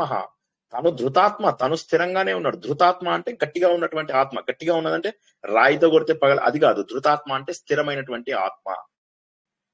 స్థిరమైనటువంటి ఆత్మ. ఏ విధమైనటువంటి పుట్టుక వికారములు లేనటువంటి వాడు, మార్పులు లేనటువంటి వాడు, అటువంటి ఆత్మ ఆయన. ఆయనలోంచే ఇన్ని రకాల చిన్న చిన్న చిన్న చిన్న జీవాత్మలం మనం వచ్చాం. కానీ ఆయన లోపల ఎటువంటి మార్పు లేదు. ఇప్పుడు నా దగ్గర 100 రూపాయలు ఉన్నాయి, మీరు అందరూ వచ్చి మనిషికో 10 రూపాయలు తీసుకుంటే నా దగ్గర 0 అవుతాయి. కానీ భగవంతుడి దగ్గర ఆయనలోంచి ఇన్ని రకాల శక్తులు ఆయనలోంచి వచ్చినా ఆయన దగ్గర ఎటువంటి శక్తి కూడా పోవడం లేదు. అందువల్ల ఆయన ధృతాత్మ. అటువంటి ఆయన ఏం చేస్తున్నాడు? ఈ ప్రపంచం లోపల రకరకాల విషయాలని నియమిస్తున్నాడు. ఏం నియమిస్తున్నాడు ఆయన? గ్రహ మండలాలు, నక్షత్ర మండలాలు, రాజులు, రాక్షసులు, దేవతలు, మళ్ళీ దిక్పాలకులు, వీళ్ళందరినీ వాళ్ళ రోల్స్ అండ్ రెస్పాన్సిబిలిటీస్, వాళ్ళ బాధ్యతలలో నియమిస్తున్నాడు. నియమించేటటువంటి శక్తి ఉన్నవాడు నియమం. ఇక్కడ నియమం అంటే నియమ అంటే ఏంటంటే నియమించేవాడు, ఎవరెవరిని వాళ్ళ రోల్స్ లో పెట్టేవాడు. నువ్వు ఈ పని చేయి, నువ్వు ఈ పని చేయి, నువ్వు ఇప్పుడు నెక్స్ట్ భవిష్యత్ బ్రహ్మవి అని. ఇందాక బలి చక్రవర్తిని ఏమన్నాడు? నెక్స్ట్ ఇంద్రుడికి నువ్వే పో అని చెప్పేసి అన్నాడు. దూర్వాసుడి దగ్గర, అగస్త్యుడి దగ్గరికి వచ్చి, చలో నువ్వు ఇంత సర్వీస్ చేసావు, వింధ్య పర్వతాన్ని నువ్వు దీన్ని అంచావు, చలో నెక్స్ట్ వేదవ్యాసుడు నువ్వే. ఈ జన్మలో వేదవ్యాసుడు కృష్ణద్వైపాయనుడు, వచ్చేసారి వేదవ్యాసుడుగా నువ్వే పుడతావు అని చెప్పేసి ఆయనకు వరం ఇచ్చాడు. ఈ విధంగా అన్ని తెలియవు, నాకు కొన్ని మాత్రమే తెలుసు. అలాంటివి చాలా ఉన్నాయి. ప్రతిదీ కూడా డీటెయిల్డ్ గా రాసి పెట్టారు. ఎవరెవరు ఎప్పుడెప్పుడు వస్తారనేది నాకు లిమిటెడ్ నాలెడ్జ్. మీకోసం చదివి చెప్తా గానీ నాకు ఈ విషయంలో, ఇప్పుడు నేను చెప్తున్న భవిష్యత్తు పురాణం విషయంలో నాకు కొద్దిగా తక్కువ నాలెడ్జ్ ఉంది. నేను పురాణాలు కొద్దిగా తక్కువనే చదివాను. అయితే ఆ నియమ, అందరినీ కూడా నియమించేటటువంటి వాడు భగవంతుడు. యమహ అంటే ధర్మతత్వాన్ని పెట్టేవాడు. యమం అంటే ఏంటి? ఎవరన్నా చెప్పండి. మనం యమ నియమాలు నేర్చుకున్నాం కదా. ప్రాణాయామం లోపల యమ నియమాలు ఉంటాయి. యమ నియమాలు రెండు కూడా మన శ్వాసను నియంత్రించడమే కాకుండా మన లోపల ధర్మతత్వం ఉండేలాగా చేస్తాయి. యమ నియమాలు అంటే ఏంటంటే డూస్ అండ్ డోంట్స్. చెయ్యవలసినవి, చెయ్యకూడనివి. చెయ్యవలసినవి ఏంటి? అసత్యం ఆడకూడదు, నువ్వు అహింస చేయకూడదు, బ్రహ్మచర్యాన్ని పాటించాలి, అబద్ధం చెప్పకూడదు.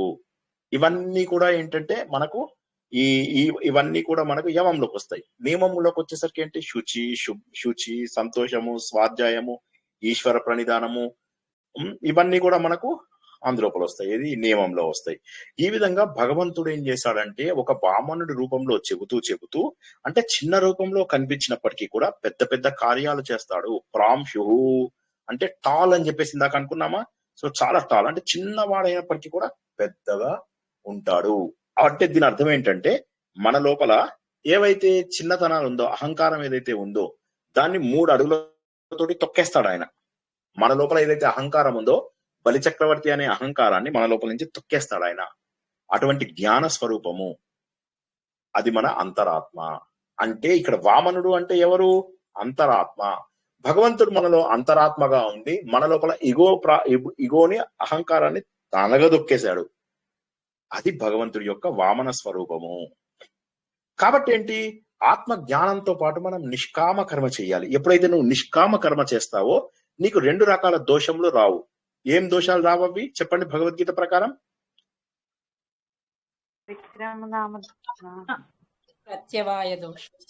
అవిక్రమ నాశ దోషం, ప్రత్యవాయ దోషం. అవి రాకుండా ఉండాలి అంటే ఏంటంటే ఏ కామ్య కర్మం చేసినా, అంటే ఏ పనినైనా కోరికతో చేస్తే 2 దెయ్యాలు ఇక్కడ కూర్చుంటాయి, ఇక్కడో దెయ్యం కూర్చుంటాయి. ఈ 2 దెయ్యాలు ఏం చేస్తాయి? మన పనిని ఉల్టా అయ్యేలాగా చేస్తాయి, అసలు మన పని అవ్వకుండా చేస్తాయి. కానీ అదే కోరిక లేకుండా చేసావనుకో ఆ పని తప్పకుండా తీరుతుంది. కోరిక లేకుండా చేసేటటువంటి పనులలో ఈ దోషములు ఉండవు అని చెప్పి భగవంతుడు చెప్పాడు. దాన్నే అమోఘ అని ఇవాళ నేర్చుకున్నాం మనం. చూసారా? ఉపేంద్ర, వామన, ప్రాంశు అనే దాంట్లో ఏం తెలుసుకున్నామో, అంతరాత్మ రూపంలో మన శరీరంలో మన లోపల ఉన్నటువంటి అహంకారాన్ని అనగదొక్కుతున్నాడు అని చెప్పేసి తెలుసుకున్నాం. అమోఘ అనేటటువంటి నామం ద్వారా మనం ఏం తెలుసుకున్నాము? నిష్కామ కర్మ చెయ్యాలి మనము. అని చెప్పేసి తెలుసుకున్నాము. శుచి, ఊర్జిత ఇటువంటి వాటి వల్ల ఏం తెలుసుకున్నాము? మన యొక్క సద్గుణాలు ఏవైతే మన లోపల మంచి గుణాలు, పవిత్రమైనటువంటి గుణాలే మన నిజమైనటువంటి శక్తి. నా ధర్మమే నా నిజమైనటువంటి శక్తి, నా లోపల శుద్ధత, నా లోపల ధైర్యం, నా లోపల స్థైర్యం, ఇవన్నీ కూడా ఒక సాధకుడిగా నాకు కావాలి. పవిత్రంగా ఉండి చక్కగా స్నానం చేసి వచ్చి ఫ్రెష్ గా దర్భాసనం మీద కూర్చుని కళ్ళు మూసుకుని అలా భగవంతుడిని ప్రార్థిస్తూ ఉంటే సాధకుడు ఎంత ఆనందంగా ఉంటాడో ఒక్కసారి ఊహించుకోండి. దాన్ని శుచి, ఊర్జిత అని చెప్పేసి తెలుసుకున్నాం. భగవంతుని అతీంద్ర అంటే ఇందాక మీరు ఆల్రెడీ జవాబు చెప్పేశారు, ఇంద్రియాలను దాటినటువంటి తత్వం. అంటే ధ్యానం నుంచి సమాధి వరకు మనల్ని తీసుకెళ్లిపోతాడు. ఇంద్రియ నిగ్రహం ద్వారా ప్రత్యాహారం స్టేజ్ దాటి, ధారణ దాటి, ధ్యానం దాటి సమాధి స్థితిని మనము పొందగలిగేటటువంటి స్టేజ్ కు మనల్ని తీసుకెళ్లేవాడు అతీంద్ర. సంగ్రహ, సర్గ వీటి నుంచి ఏం తెలుసుకున్నాము? అన్నిటిని తనలో కలుపుకుంటాడు, ఈ సృష్టి మొత్తాన్ని తనే చేస్తాడు. సర్గ అంటే సృష్టి అని చెప్పేసి అనుకున్నాం, అవునా? అంటే ఇవన్నీ కూడా మనము నియంత్రించుకోవాలి. మనం కూడా శాంతమైన దృష్టితో మనకు మనం ట్రైనింగ్ ఇవ్వాలి. ఏ పనినైనా ఎలా ప్రారంభించాలి, ఏ పనినైనా కూడా ఎంత సిస్టమేటిక్ గా చేయాలి, ఎలా ముగించాలి, ఇవి సాధకుడికి ఉండవలసినటువంటి లక్షణాలు. సృష్టి, స్థితి, లయ భగవంతుడు ఏ విధంగానైతే ప్రశాంత చిత్తుడై చక్కగా చేస్తాడో అదే విధంగా మన లోపల కూడా ఆ క్రమశిక్షణ ఉండాలి. లేద్దాం, ఏముంది, మెల్లగా 9ంటికి లేద్దాం, మొహం కడుక్కోకుండా వంట చేద్దాం, ఇటువంటి స్థాయి నుంచి మనం ఎదగాలి. నియమ, యమ, దీని నుంచి మనం ఏం నేర్చుకున్నాము? మన లోపల నియమాలు, ధర్మాలు, పద్ధతులు ఇవన్నీ కూడా ఏవైతే ఉన్నాయో ఇవి మనల్ని ముందుకు తీసుకెళ్తాయి. 2 గుర్రాలు అనుకోండి, యమం అనేది ఒక గుర్రం, నియమం అనేది ఒక గుర్రం. ఈ 2 కూడా మనల్ని అలా ముందుకు తీసుకెళ్లి భగవంతుడి దగ్గరికి చేరుస్తాయి. అంటే చిన్నగా కనిపించినా కూడా విస్తారంగా ఉండేటటువంటి ఆ భగవంతుడు మనందరినీ నియంత్రిస్తూ మనందరినీ కూడా మాయను దాటేలాగా చేస్తాడు. మాయ అంటే ప్రకృతి శక్తులు. ప్రకృతి శక్తులు అంటే సాత్విక, రాజసిక, తామసిక గుణాలు అని ఏవైతే చెప్పుకుంటామో దాన్ని మాయ అంటారని, ప్రకృతి అంటారని, జడము అంటారని. వీటన్నింటినీ కూడా దాటాలి. మనం ఎలా దాటుతామంటే ఈ కాన్సన్ట్రేషన్, ఈ ఫోకస్డ్ ఏదైతే అప్రోచ్ ఉందో ఈ ఫోకస్డ్ అప్రోచ్ ద్వారా మనము బయటికి రావచ్చు. ఒక చక్కటి వ్యవస్థను భగవంతుడు ఏర్పాటు చేశాడు. ఆ వ్యవస్థ మనం కూడా మన జీవితంలో అన్వయించుకోవాలి. అంటే చక్కటి వినయంతో కూడినటువంటి వామనుడి రూపం చూడండి, ఎంత బుద్ధిగా ఉన్నాడు. అనంతమైనటువంటి విశ్వరూపం చూడండి ఎంత పెద్దగా ఉందో. మళ్ళీ ధర్మస్థాపకుడు భగవంతుడు, నియమము, యమము అని. మళ్ళీ ఎంతో శక్తిమంతుడు భగవంతుడు. అదే విధంగా పవిత్రత ఉన్నటువంటి, అంటే ఎన్ని రకాల గొప్ప లక్షణాలు ఉండాలో అవన్నీ భగవంతుల్లో ఉన్నాయి. భగవంతుల్లో ఉన్నాయి అంటే అర్థం ఏంటి? అవన్నీ కూడా మనకు అన్వయించుకోవాలి. కాబట్టి ఈ నామములు, ఈ ఒక్క శ్లోకము చదివితే మనం ఏంటంటే మనలో ఉన్నటువంటి అంతరాత్మను మనని మనం ప్రేరేపించుకోవచ్చు. కాబట్టి ఇందాక మనకు రజని మేడము, గోవిందలూరు మేడము స్టార్టింగ్ లో చెప్పినటువంటి 2 లక్షణాలని ఈ శ్లోకము తెలియజేస్తుంది. ఆత్మసుఖము వీడి నీ ఆట కొరకు పాత్ర పోషణ చేసి సూత్రధారి, విశ్రమించద నీ పాదం ఆశ్రయించి పరమ కరుణాంతరంగా శ్రీ పాండురంగ. జై శ్రీకృష్ణ. నచ్చింది అనుకుంటున్నాను. ఈ రోజు ఎంత గొప్పగా ఉందో చూడండి భగవంతుడు తత్వం. ఆలోచించాలి. ఆలోచిస్తే చాలా బాగుంది సార్ క్లాసు, వివరాలు బాగున్నాయి. జై శ్రీకృష్ణ సార్. జై శ్రీకృష్ణ. ఇది 3 అడుగులని తొక్కివేయటం అంటే 3 గుణాలని తొక్కివేయటం అని కూడా అర్థం తీసుకోవచ్చా సార్? ఎస్, తప్పకుండా తీసుకోవచ్చు. అహంకారం ఇచ్చేది మనకి సాత్విక, రాజసిక, తామసికలకు అతీతంగా తీసుకెళ్లడం అని కూడా చెప్పొచ్చు. ఎస్, చక్కగా చెప్పారు, బాగుంది, గుడ్ మీనింగ్, బాగా చెప్పారు. ఎస్, అలా చెప్పచ్చు, తప్పకుండా చెప్పచ్చు. అలాగా థ్యాంక్ యూ సార్, తప్పకుండా చెప్పచ్చు. అది అందుకే ఏంటంటే ఈ మంత్రాలు నేను మీకు లాస్ట్ వీకే చెప్పాను. విష్ణు సహస్రనామంలో మొత్తం చేయొద్దు మీరు.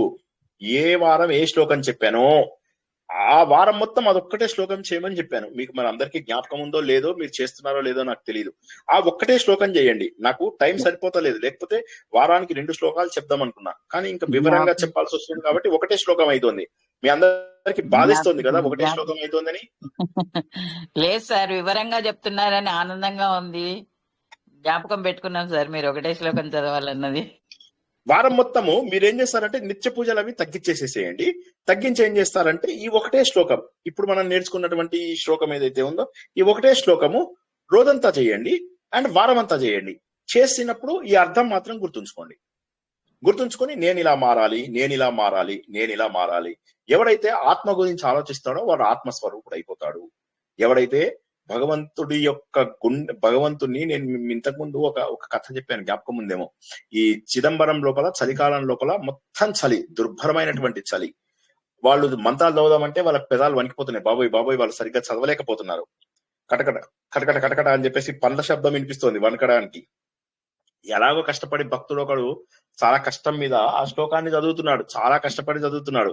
చదువుతూ ఉంటే ఏదో కానీ ఏంటంటే ఆ శ్లోకం లోపల భయపడుతున్నాడు అతను. ఏంటంటే దేవుడా, ఇంత చలి లోపల ఇది ఘోరమైనటువంటి చలి. ఈ చలి అసలే చలి ఉంది అంటే నువ్వు పామును వేసుకున్నావు అయ్యా మెడ లోపల, అది ఇంకా ఎంత చల్ల. ఇది చల్లగా ఉంది అంటే నువ్వు పైనుంచి ఆ దాన్ని ఏమంటారు గంగ మీద పడుతుంది, ఆ నీళ్లు పడుతున్నాయంటే మేము హడిలిపోతున్నాం. పొద్దున్న స్నానం చేయడానికే వణికిపోయాం. ఈ చలికాలము, ఈ ఎర్లీ మార్నింగ్, ఈ రాతి కట్టడాల మధ్య పాముని మెడలో వేసుకొని పైన గంగను చల్లుకొని ఉండేటటువంటి నువ్వు చలేయట్లేదా నీకు? వేయడం లేదు. ఎందుకు వేయడం లేదో తెలుసా? నీ గుండె లోపల మేమున్నాం. మేము బాగా తాపాలున్నాయి, మాకు ఈ కోరిక కావాలి, ఆ కోరికతోటి ఈ కోరిక తప్పించిపోతున్నాం. దానివల్ల బోలెడంత వేడి వచ్చేసిందయ్యా. ఆ వేడి వల్ల ఏమైంది తెలుసా? నువ్వు వేడెక్కిపోయావు. కాబట్టి నీకు ఈ చలి వేయడం లేదు. ఇది భక్తి. భక్తి అంటే ఏంటి అంటే ఇది. ఇలాగా మనని మనం అన్వయించుకోవాలి. మనలో ఉన్నటువంటి భక్తుల హృదయాలలో ఉన్నటువంటి దేవుడు ఎందుకు ఆయన చల్లగా అనిపించట్లేదు ఈ చలిలో అంటే మన తాపం వల్ల ఆయన వేడెక్కుతున్నాడు, మన కోరికల వల్ల ఆయన వేడెక్కుతున్నాడు.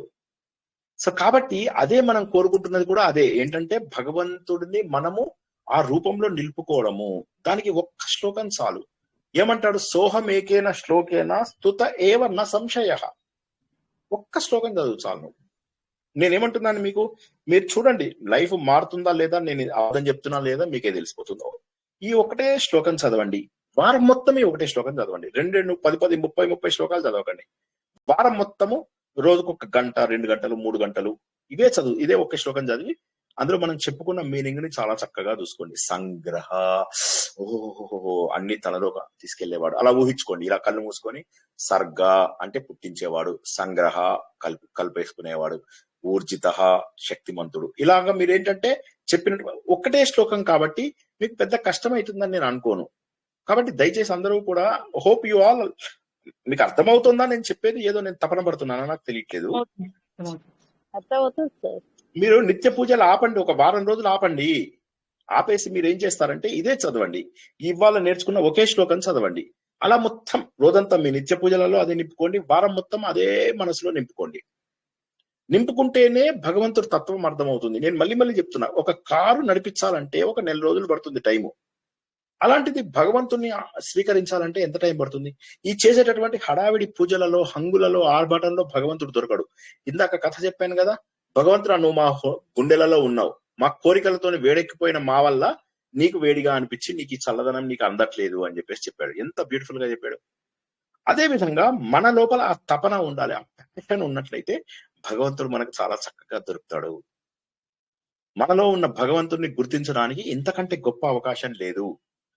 విష్ణు సహస్రనామము సింపుల్. మళ్ళా చెప్తున్నా, లలిత సహస్రనామంలో ఎంత కష్టపడ్డామో విష్ణు సహస్రనామంలో అంత సింపుల్ గా ఉంటాయి. భజగోవిందము నిర్వాణ దశకం ఉన్న తేడా ఉంది. ఉపదేశ సారాలు చెప్తున్నప్పుడు మీ అందరి కన్ఫ్యూజన్ చూసాయి కదా. సో మరి భజగోవిందం చెప్తున్నప్పుడు ఏమో ఫుల్ ఎంజాయ్ చేస్తున్నారు, మీరే నాకు చెప్తున్నారు. అదే విధంగా విష్ణు సహస్రనామం ఇది రియల్లీ సింపుల్. బట్ వెనకాల తత్వాన్ని అర్థం చేసుకొని ఒక్క శ్లోకం వారం మొత్తం చేయండి, మీకు ఏం పాపం రాదు. సార్ మేము చేసే పూజలన్నీ మానేస్తే మాకు పాపం వస్తుందా అంటే, ఆ పాపం శ్రీనివాస్ కి ట్రాన్స్ఫర్ చేయండి, మీరేం పర్వాలేదు, నా అకౌంట్ లో వేసేసేయండి. వేసేసి మీరు ఈ ఒక్కటే శ్లోకం చదవండి వారం మొత్తం. మీ పాపాలు నేను తీసుకుంటా అంటున్నా కదా, మీరు ఈ ఒక్క శ్లోకము వారం మొత్తం చదవండి. లేవండి నిద్ర లేవండి, కమాన్ వేకప్. చాలా డీప్ వెళ్ళిపోయారు, చాలా డీప్ స్లీప్. ఇద్దరు నిద్ర మాత్రలు వేసుకున్నట్టుగా అయిపోయారు. లేదు సార్, ఈరోజు చెప్పే ఈ బాగుంది. నిద్ర పోయింది సార్ మీరు అన్న మాటకి. ఆలోచిస్తున్నాం సార్, మీరు ఆలోచించమన్నారు కదా, అది తప్పకుండా ఆలోచించండి. వారం మొత్తము ఇదే శ్లోకం చేయండి. ఎన్నో శ్లోకం సార్? ఎన్నో నంబర్ అది? నేను లెక్క పెట్టుకోలేదండి. 15, 16, 17లో ఒక శ్లోకం ఇది. 16 17 15, 16, 17లో ఒక శ్లోకం ఇది. చూసుకోండి, ఏదో చూసుకోండి అది. సో మీకు 17 సో ఒకటే శ్లోకం చదవండి. నేనేమంటున్నాను, వారం మొత్తం ఇది ఒకటే శ్లోకం పూజ చేయండి. మనం విష్ణు సహస్రనామం కంప్లీట్ చేసుకునేదాకా మీరు ఇదే చేయండి. మీకు ఎందుకు మీకు ఆనందం అనిపించదో నేను చెప్తాను. మీరు కామ్య కర్మలతో ఏం చేసినా అది తీరదు. ఇక్కడ ఒక దెయ్యం, ఇక్కడ ఒక దెయ్యం కూర్చుంటాయి. కామ్య కర్మలు తీరవు.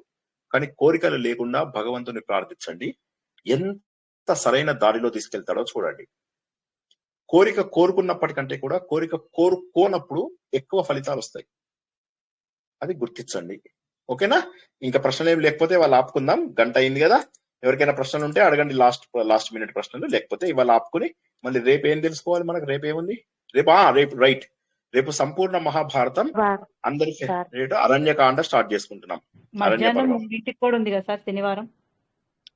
రేపు పెట్టట్లేదు. మాకు యాక్చువల్ గా ఎల్లుండి, రేపేమో యోగా డే ఉంది, ఎల్లుండేమో గురు పూర్ణిమ గురించి మాది ప్రోగ్రామ్ ఉంది. సో మధ్యాహ్నం పెట్టడం లేదు. వచ్చే శనివారం పెట్టుకుందాం. 28వ తారీఖు నాడు పెట్టుకుందాం. ఏది నారాయణీయం మధ్యాహ్నం. అంటే రేపు రాత్రి అన్నిటికంటే పెద్దదైనటువంటి అరణ్య పర్వం మనం నేర్చుకోబోతున్నాము. సంపూర్ణమైనటువంటి వేదం, సంపూర్ణమైనటువంటి నీతి, సంపూర్ణమైనటువంటి పురాణము, సంపూర్ణమైనటువంటి ధర్మశాస్త్రము, అసలు ఇదే మహాభారతము అనిపించుకునేంత పెద్దది అరణ్య పర్వం. సుమారుగా 4-5 నెలలు 6 నెలలు పట్టే అవకాశం ఉంది. ఇంకెక్కువ కూడా పట్టచ్చు. కాబట్టి రేపే స్టార్ట్ చేసుకుందాం. మీరెవరు ఏమి జవాబు చెప్పలేదు కాబట్టి నేను మధ్యలో టైం ఇవ్వట్లేదు. రేపే స్టార్ట్ చేసేసుకుందాం అరణ్య పర్వము. రేపు రాత్రి 9 గంటలకు యథావిధిగా మనకు అరణ్య పర్వం స్టార్ట్ అవుతుంది. ఈ రోజు నేర్చుకున్న శ్లోకాన్ని ఈ వారం అంతా కూడా రిపీట్ చేయండి. చేసి వీలైనంత వింటూ ఉండండి ప్రవచనాలు. చక్కగా పుస్తకాలు చదువుకుంటూ ఉండండి. ఆయన సోక్రటిస్, అరిస్టాటిల్ వాళ్ళందరూ ఎలా చదివారో అలాగా మనం కూడా చదువుకుందాం. కొత్త విషయాలు నేర్చుకుందాం. అందులో వచ్చే ఆనందం వేరు. ఇదే మనం వచ్చే జన్మకు క్యారీ ఫార్వర్డ్, వచ్చే జన్మకు తీసుకెళ్లేది ఇదే. ఈ పిల్లలు, ఈ డబ్బు, ఈ బంగళాలు, ఈ కార్లు, ఆఖరికి ఒంటి మీద బట్టలతో సహా ఇక్కడే వదిలేసిపోవాలి. ఒంటి మీద బట్టలేంది, ఒళ్ళే ఇక్కడ వదిలేసి వెళ్ళిపోతున్నాం. సో కాబట్టి ఇవన్నీ అశాశ్వతం. మన కళ్ళ ముందే చూస్తున్నాం. ఇవన్నీ ఇక్కడే వదిలేసి వెళ్ళిపోతాం. ఓకేనా? మీ జ్ఞానం ఒక్కటే తర్వాత జన్మకు వస్తుంది. చెప్పమ్మా. తపోవన్ మహారాజ్ సెకండ్ చెప్పలేదు, ఫస్ట్ హాఫ్ చెప్పారండి. తపోవన్ మహారాజ్ టైం దొరకట్లేదండి. చూస్తా నేను మధ్యలో ఎప్పుడైనా కొన్నాళ్ళు ఆపేస్తాను. ఇవి అరణ్యకాండ బదులుగా రేపు చూద్దాంలేండి. అరణ్యకాండే స్టార్ట్ చేసుకుందాము. నేను చెప్తా మధ్యలో ఒక వారం రోజులు అటెస్ట్ వచ్చి తపోవన్ మహారాజ్ యాత్రలే చెప్తాను. ఓకేనా? చెప్తా, తప్పకుండా చెప్తా. భగవద్గీత ప్రసంగం ఉన్నాయి అన్నారు. నేను టెలిగ్రామ్ యాప్ లో చూస్తే కనిపించట్లేదు సార్. నేను ఈ మధ్య చేరినందుకు నాకు కనిపించట్లేదా, లేక అవి లేవా?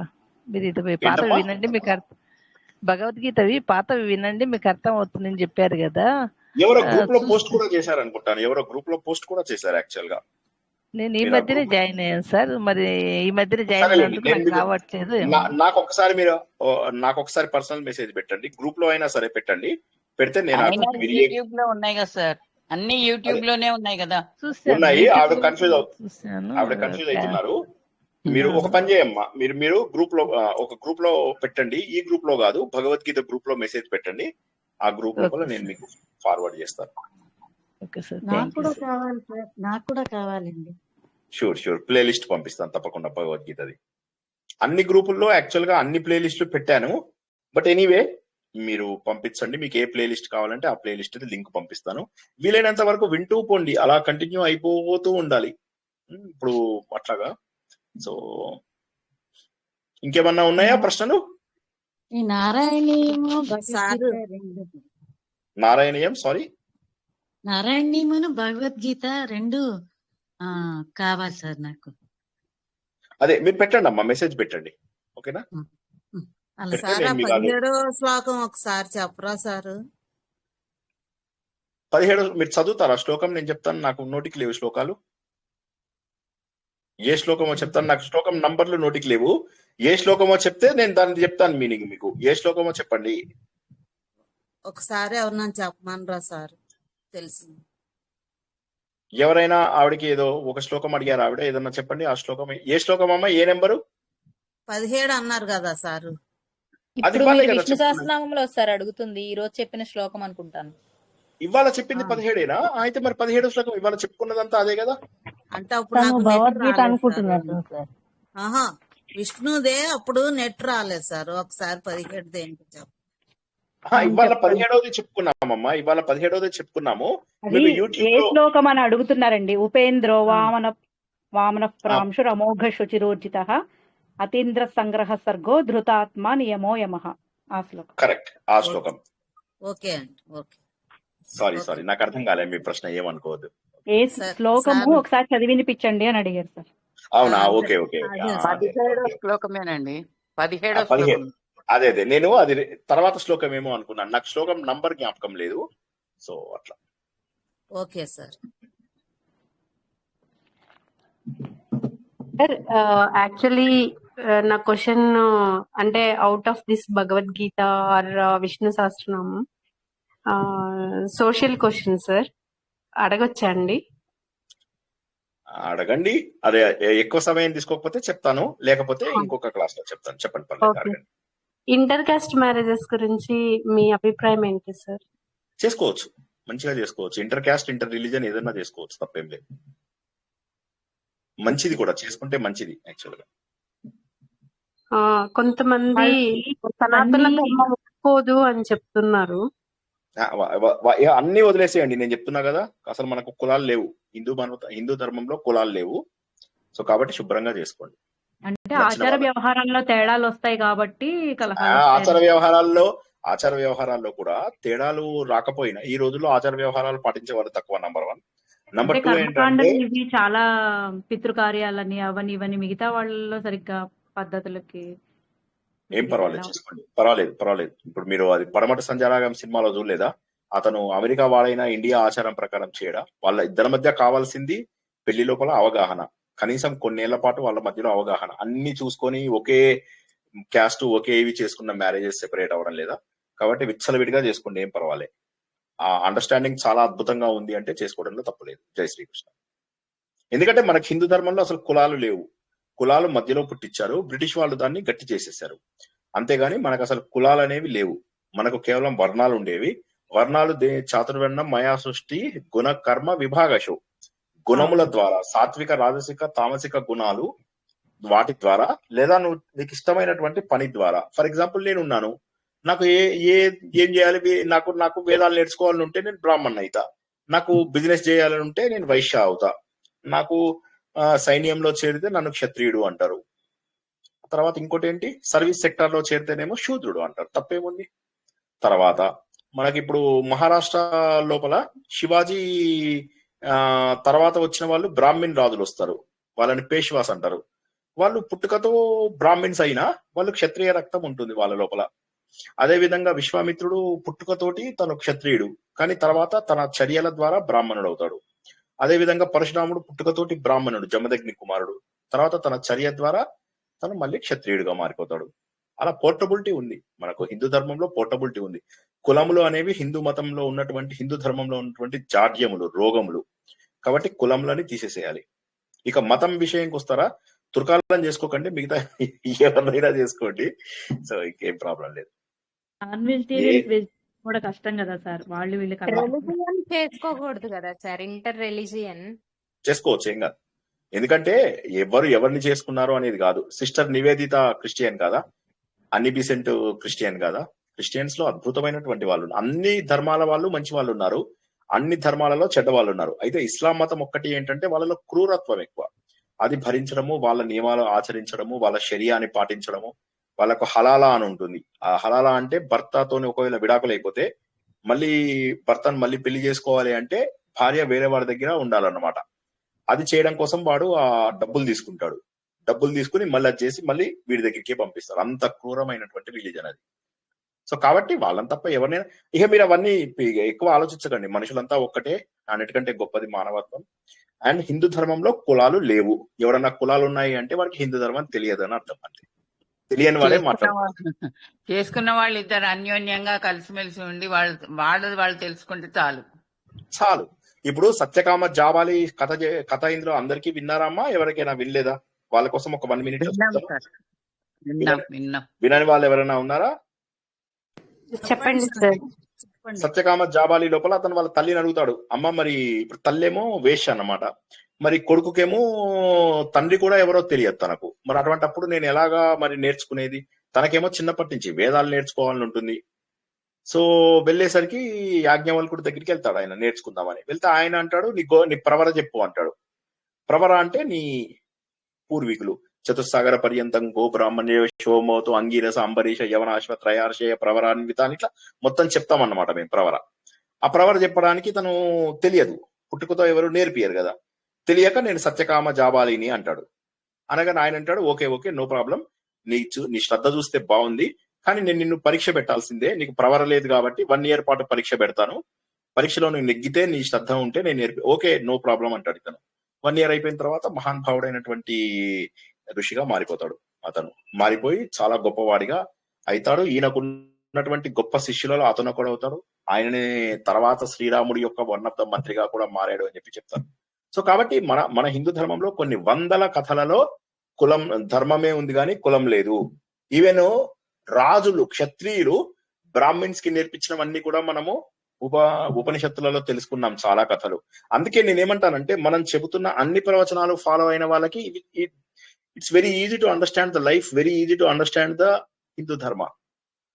సనాతన ధర్మం అనేది చాలా గొప్పది, highly advanced and highly civilised and completely scientifically proven religion. So కాబట్టి ఏంటంటే ప్రతి దాని వెనక ఒక కారణం ఉంటుంది, కారణం లేనిది హిందూ ధర్మం కానే కాదు. సో కాబట్టి కొన్ని పురాణాలలో కథలు అవి కొన్ని వదిలేస్తే మిగతావన్నీ కూడా అద్భుతమైనటువంటి కారణాలతోటి వేదాలు, మనం ఎంత గొప్పదైన వేదం నేర్చుకుంటున్నాము, వేదం నుంచి వచ్చినటువంటి ఛందస్సు నేర్చుకుంటున్నాము, వేదం నుంచి వచ్చినటువంటి జ్యోతిష్యం నేర్చుకుంటున్నాం, వేద సమానమైన మహాభారతం నేర్చుకుంటున్నాం, మహాభారతం నుంచి వచ్చినటువంటి భగవద్గీత నేర్చుకుంటున్నాం, మహాభారతం నుంచి వచ్చిన విష్ణు సహస్రనామం నేర్చుకుంటున్నాం. ఇవన్నీ వేదాలకు సమానమే. అండ్ ఆత్మతత్వమైనటువంటి ఉపదేశసారం, ఆత్మతత్వమైనటువంటి నిర్వాణ షట్కం, ఇది అయిపోగానే వెంటనే ఆత్మబోధ స్టార్ట్ అవుతుంది. సో మనం ఎట్లా అంటే మన వారం రోజుల పాటు సమయాన్ని అద్వితీయంగా ఉపయోగించుకునేటటువంటి పద్ధతిలో వెళ్తున్నాం. కాబట్టి ఈ కుల మతాల జాడ్యం వదిలేసేయండి వీలైనంత వరకు. మనమంతా హిందువులం. हिंद देश के निवासी सभी जन एक है, रंग रूप वेश भाषा चाहे अनेक है, बेला गुलाब जो ही चंपा चमेली, प्यार प्यार फूल फूके माला में एक है, हिंद देश के निवासी सभी जन एक है. మనం హిందువులు అని ఎందుకు అన్నారు? ఎందుకంటే సింధు నదికి అవతల ఉన్న వాళ్ళందరూ హిందువులు అని చెప్పేసి అన్నారు. అంతేగాని నువ్వు ఈ కులమా ఆ కులమా అలా కాదు. సింధు నదికి ఇటువైపు ఉన్న వాళ్ళందరూ కూడా హిందువులే. హిందూ అంటే ఏంటి? పాపాన్ని పోగొట్టేది, దోషములను పోగొట్టేదాన్ని హిందూ అంటారు. హిందూ అంటే మీనింగ్ ఏంది? పాపంలను పోగొట్టేది, దోషంలను పోగొట్టేది. మనం కొత్త దోషంలను చేసుకోకూడదు కులాలు జాడ్యాలు పట్టుకుని. కొంతమంది ఉంటారు ఛాందస్సులు, వాళ్ళని వదిలేసేయండి, ఛాందస్సులని పండితులను వదిలేయండి. మన గ్రంథాలలో ఇంత అద్భుతమైనటువంటి జ్ఞానం ఉంది. ఒక ఎగ్జాంపుల్ కాదు, ఎన్ని వందల ఎగ్జాంపుల్స్ కులాలతో సంబంధం లేనటువంటివి ఎన్నో. కాబట్టి కులాలనేవి అసలు మన దగ్గర లేవు. ఆంజనేయుడు బ్రాహ్మణ కాదు కదా. సో మరి కానీ ఆయనకు సంస్కారం జరుగుతుంది కదా, మరి ఆయనకు కూడా జరిగింది సంస్కారం, అందరూ చేసుకోవచ్చు. సో కాబట్టి ఇవన్నీ మనం పెట్టుకున్నటువంటివి, మనం పెట్టుకుని మనని మనము లిమిట్ చేసుకున్నటువంటివి. కాబట్టి అలా లిమిట్ చేసుకుని ఇది చేయకూడదు. అంటే పద్ధతులు అవి వేరుంటాయి, కరెక్టే, కానీ పద్ధతులు అందరివి వేరే ఉంటాయి. గోదావరి జిల్లా వాళ్ళు కృష్ణా జిల్లా వాళ్ళని తిడతారు, కృష్ణా జిల్లా వాళ్ళు గోదావరి జిల్లా వాళ్ళని తిడతారు, వీళ్ళు నార్త్ ఇండియన్స్ అని తిడతారు, వాళ్ళు సౌత్ ఇండియన్స్ అని తిడతారు. ఇవి నార్మల్ ఆచార వ్యవహారాలు. ఇంకా గమ్మత్ ఏంటంటే రెండు వేరు వేరు ఉంటేనే నేర్చుకోవడం ఇంకా సరదాగా అనిపిస్తుంది. కాస్త ఓపెన్ మైండ్ తో ఉంటే ఇంకా బాగుంటుంది. అండ్ మీరు ఎంత దూరం వేరే జీన్స్ ని పెళ్లి చేసుకుంటే పిల్లలు అంత గొప్ప తెలివితేటలతో పుడతారు. సేమ్ దీంట్లోపల సేమ్ ఫ్యామిలీ లోపల అట్లా ఇట్లా చేసుకుంటే పిల్లలు కూడా అవగుణాలతోనే అవరకాలతోనే పుడతారు. ఎంత దూరం అయితే అంత దూరం పోయి ఇజ్రాయెల్ వాళ్ళను పెళ్లి చేసుకోండి, ఇంకా మంచి వాళ్ళు పుడతారు. పిల్లలు మంచి జీన్స్ తో పుడతారు, సాలిడ్ జీన్స్. సైంటిఫిక్ గా మాట్లాడుకోవాలి మనం, మూఢనమ్మకాలు పిచ్చి మాటలతోటి నేర్చుకోకూడదు. హిందూ ధర్మం అంటే ఏంటి? మనలో ఉన్న మూఢనమ్మకాలను తీసేది. హిందూ దూషయతి అంటే పాపంను పోగొట్టేది, దోషాలను పోగొట్టేది. భారతం అంటే ఏంటి? భాసిల్లుతూ రమిస్తూ తరించేటటువంటి గొప్ప మతం మనది. కాబట్టి ఇంత గొప్ప ధర్మాన్ని మనము తప్పు ఆలోచనలతోని తప్పుగా మాట్లాడే ఛాందసుల దగ్గర వినకూడదు. అందరూ బ్రాహ్మణులు అవుతారు. ఎప్పుడు బ్రాహ్మణులు అవుతారో కూడా చెప్పాను నేను. పుట్టుకతో అందరూ శూద్రులే. సంస్కారమైన తర్వాత వాళ్ళు ద్విజులు. వేదాలు నేర్చుకుంటే ఎవరో మ్యూట్ లో పెట్టుకోలేదండి.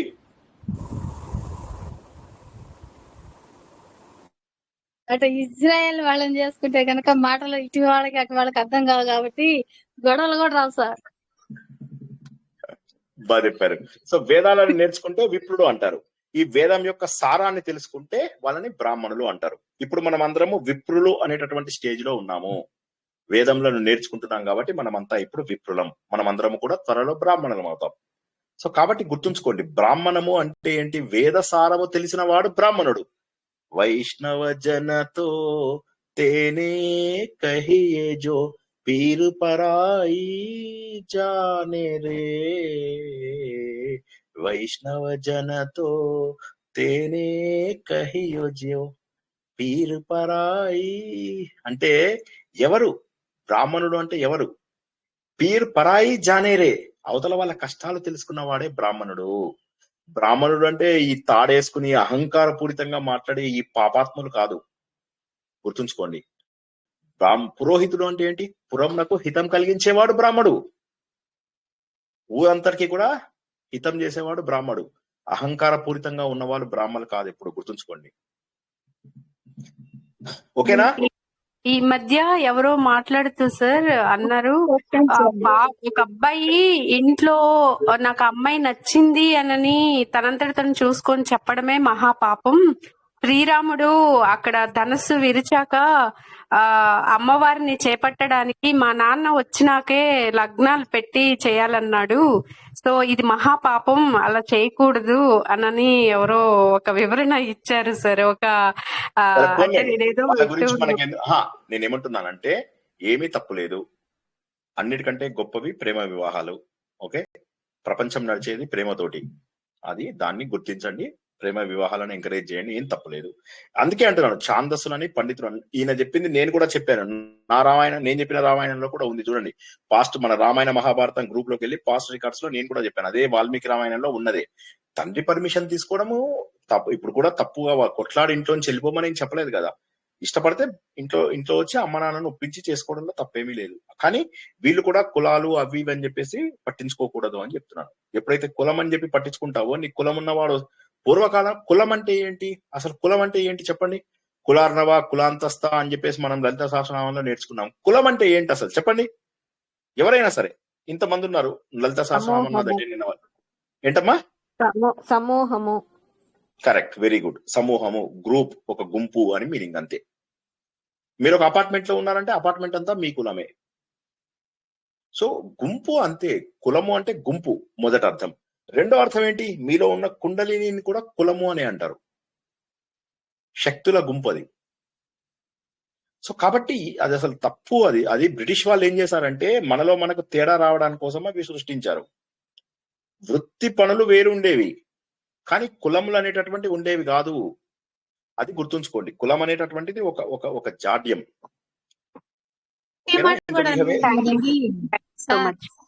కూటికి పేద అయినా కులానికి పేద కాదని వెనక ఆ మాట వాడేవాళ్ళు కదండి. మరి ఇక వదిలేసేయండి. ఇప్పుడు పాస్ట్ అంతా వదిలేసేయండి. మనం ఫ్యూచర్ గురించి ఆలోచిద్దాం. ఇంకా దాని మీద ఎక్కువ ఇది లేదు. మీకు వాళ్ళు చెప్పిందే కన్విన్సింగ్ గా అనిపిస్తే మీరు అది ఫాలో అవ్వండి, తప్పేమీ లేదు. నేనేంటంటే మీకు శాస్త్ర ప్రమాణాలు చెప్తున్నాను. ఓకేనా? శాస్త్ర ప్రమాణాల ప్రకారము సత్యకామ జాబాలి గురించి చెప్పాము. విశ్వామిత్రుడు గురించి చెప్పాము. విశ్వామిత్రుడు వశిష్ఠుడి కంటే గొప్పవాడు ఎలా అయ్యాడు చెప్పండి? విశ్వమునకు మిత్రుడు అయ్యాడు ఆయన. గాయత్రి మంత్రం ఎవరిచ్చారండి? ఎవరన్నా చెప్పండి. ఇందులో గాయత్రి మంత్రం ఎవరిచ్చారు?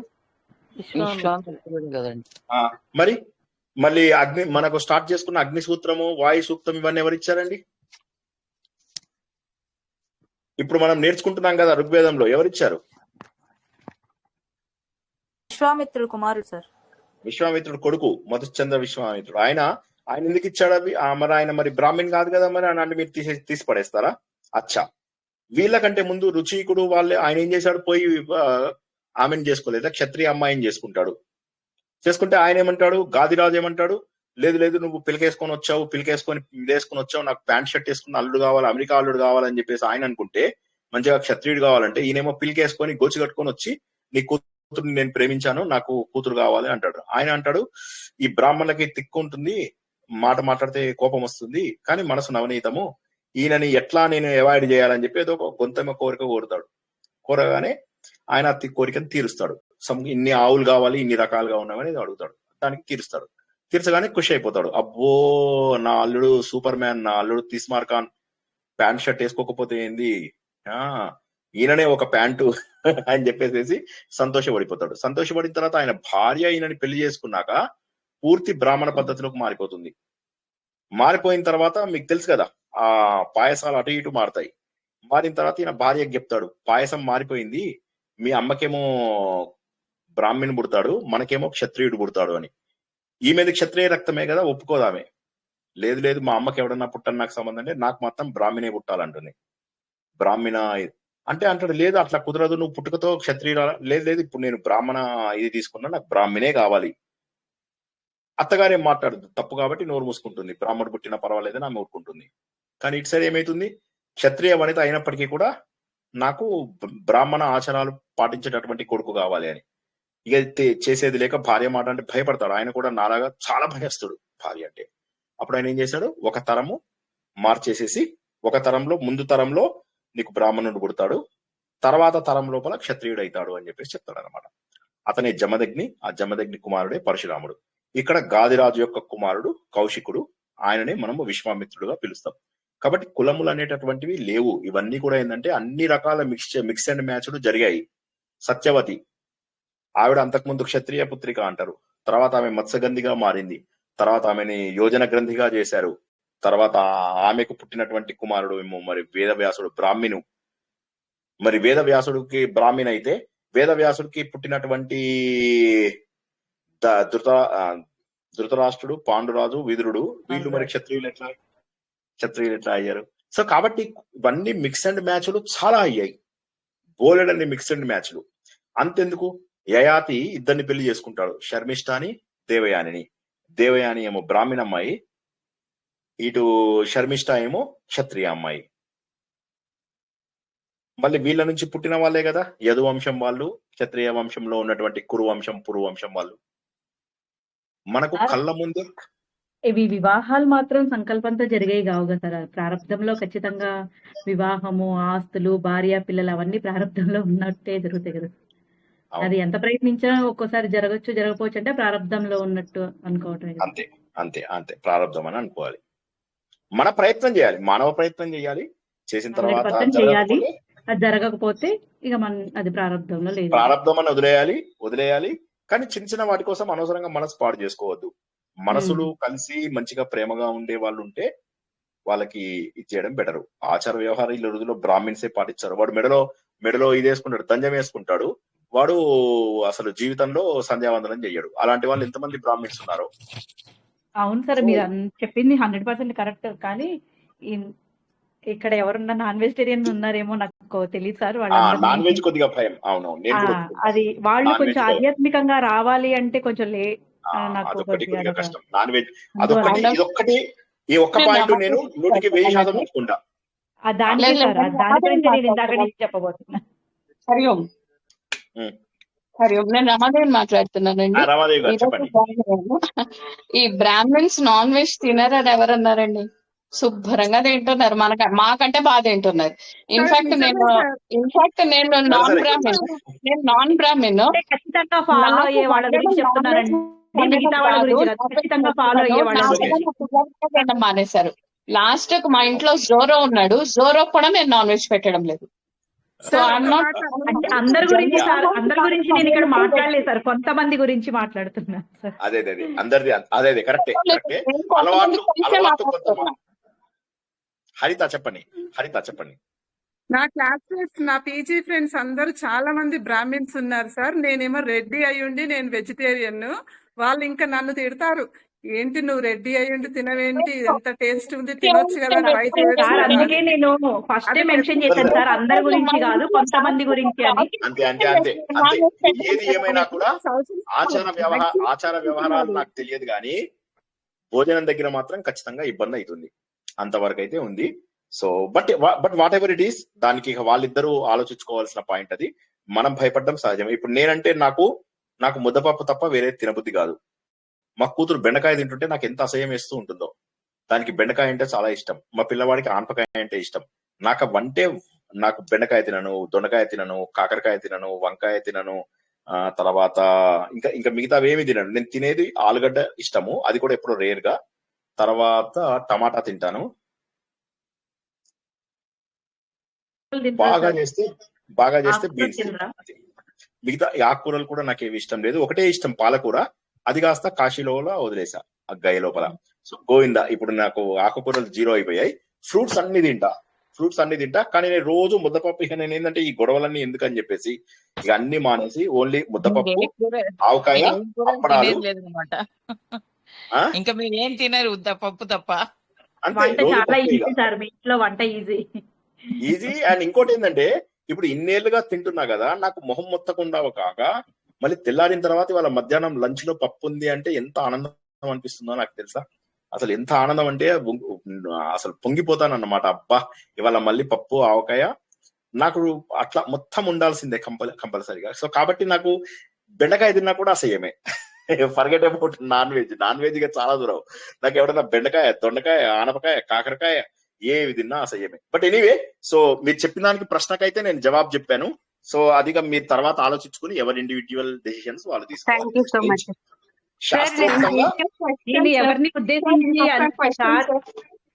నేను ఎవరిని ఉద్దేశించి మాట్లాడలేదు సార్, జనరల్ గా చెప్పాను అంది సార్. ఇక్కడ ఎవరైనా మనసు నొప్పిస్తే నన్ను వేరేగా భావించకండి. ఈ గ్రూప్ చాలా ఓపెన్ మైండెడ్ గ్రూప్ అండి, ఎవరు నోచుకోరు. చాలా ఓపెన్ మైండెడ్ గ్రూప్. అవును సార్, ప్రసంగాలు వింటున్నామంటేనే అందరికి అన్ని విషయాలు అర్థమవుతున్నట్టు. ఓకే అండి, కొంచెం ఏం పర్వాలేదు, అస్సలు మీరు మొహమాట పడద్దు. తప్పు లేదు అని అంటే, నేను మన శాస్త్రాలలో ఉన్న ఎగ్జాంపుల్స్ అయితే చెప్పాను కదా, మీకు తెలుసు. ఆయన పేరేంది, అతను వెళ్ళి మాంసం కొట్టు బస్తాన్ దగ్గర జ్ఞానం నేర్చుకుంటాడు. వ్యాధుడు, వాడి పేరేంది, ధర్మవ్యాధుడు ఏదో ఉంటాడు, అతని దగ్గరికి శంకర్ భట్టు కాదు. సరే, ఎనీవే ప్రశ్న ఏంటో అడగండి. మీరు ఏదో ప్రశ్న అడుగుతా అన్నారు, అడగండి తొందరగా. సార్, ఇది గోత్రం అనేసి అడుగుతారు కదా సార్. గోత్రం అన్నప్పుడు వంశపారపర్యంగా వచ్చేది కదా. అయితే బ్రాహ్మణ్స్ మీరేమో పలానా కౌశిక గోత్రము ఇట్లా అంతా చెప్తారు. ఇది మాకు వచ్చేటప్పటికి సార్, అంటే మేము నాన్ బ్రాహ్మణ్స్ కదా, మమ్మల్ని పూజ చేసినప్పుడు గోత్రం అడిగినప్పుడు మాకేమో మా పేరెంట్స్ నుంచి తెలిసింది ఏంటంటే కోడి గోత్రము, వరాహ గోత్రము, బెండకాయ గోత్రము, నిమ్మకాయ గోత్రము, మిరియాల గోత్రము. నాకు అర్థం కాదు సార్. నేను ఈ మధ్య నేర్చుకున్నాను ఏంటంటే, తప్పు. అందరికీ కూడా ఒకటే ఋషులు ఉంటారు. ఋషులకు కులం ఉండదు. ఋషులకు కులం ఎక్కడ ఉంటుంది? మమ్మల్ని అడుగుతున్నప్పుడు చెప్పాల్సి వస్తుంది. మీ పూర్వీకులు ఏమైందంటే, పూర్వీకులలో తప్పది, అంతేగాని మీకు ఋషులు లేక కాదు. ఇప్పుడు మాకేంటి, త్రయార్షేయ 3 ఋషులున్నా దాని మీద చెప్పుకున్నాం మేము. హరితస గోత్రంలో ఋగ్వేదం ఫాలో అయ్యే వాళ్ళ లోపల ఉన్నటువంటి గోత్రము నాది ఇది అని చెప్పుకుంటా నేను. అలాగా అందరికీ ఉంటాయి. మీ పూర్వీకులు మీకు చెప్పలేదు అంతే. అలా ఏముండదు. మా పెద్దవాళ్ళ నుంచి తెలుసుకున్నదే ఇది సార్. అంటే మీ పెద్దవాళ్ళంటే మీ అమ్మ నాన్న కాదు నేను చెప్తున్నది. మీ పూర్వీకులలో ఎవరైతే ఉన్నారో, మనం దండయాత్రలకు వాటికి వీటికి గురైనప్పుడు ఏమైపోయిందంటే, రకరకాలుగా మారిపోయి ఇళ్ల పేర్లు, ఊర్ల పేర్లు ఇవన్నీ కూడా ఏవైతే ఉన్నాయో వాటిని కూడా గోత్రాలుగా కన్వర్ట్ చేసేసుకుని చెప్పుకోవడం జరిగింది. కానీ యాక్చువల్ గా గోత్రము ఋషితోనే వస్తుంది, అండ్ అది కులంతో సంబంధం లేదు. జై శ్రీ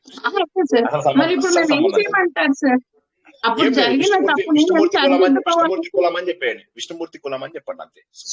అంటే ఈ మధ్య నేను ఏం చేస్తున్నా అంటే, శివాలయం వెళ్తే స్వామివారి గోత్రం అని, వెంకటేశ్వర స్వామి దగ్గరికి వెళ్తే స్వామివారి గోత్రం అని ఇట్లా చెప్పేస్తున్నాను సార్. చెప్పేయండి. మీరు దేవుడికి గుడికే వెళ్ళి పూజ చేసుకోవాల్సిన అవసరం లేదు. ఇప్పుడు మీరు ఇవాళ నేర్చుకున్నారా ఒక శ్లోకము, ఈ శ్లోకంని ఇదే శ్లోకంని చదవండి వారం రోజులు. ఇదే శ్లోకం మీరు గుడికి వెళ్ళారనుకోండి, ఏ పూజలో చేసుకోకండి. నేనేం చేస్తాను, గుడి లోపల పూజారి లేని టైంలో మామూలు వెళ్తాను. ఇప్పుడు ఇంట్లో కూడా వ్రతాలు కానీ హోమాలు కానీ చేయించుకుంటాం కదా సార్, అవైతే కంపల్సరీ అప్పుడు వాళ్ళు అడుగుతారు, అడిగినప్పుడు ఏం చెప్పాలో అర్థం కాదు. అదే మీరు ఏది చెప్పినా వాళ్ళకి అర్థమవుతుంది, వాళ్ళు దానికి తగ్గట్టుగా చెప్తారు. ఎందుకంటే భగవంతుడికి పేరు చెప్తేనే వెళ్ళదు. ప్రకృతి శక్తి అనేది అందరినీ కూడా గుర్తిస్తుంది. కాబట్టి మీరు దాని గురించి అసలు వర్రీ అవ్వకండి, జస్ట్ వర్రీ అవ్వకండి. మీరు భక్తితోటి మీరు చేయవలసిన పని ధర్మబద్ధంగా చేయండి చాలు, అంతకుమించి ఎందుకంటే భగవంతుడు ధర్మస్వరూపుడు.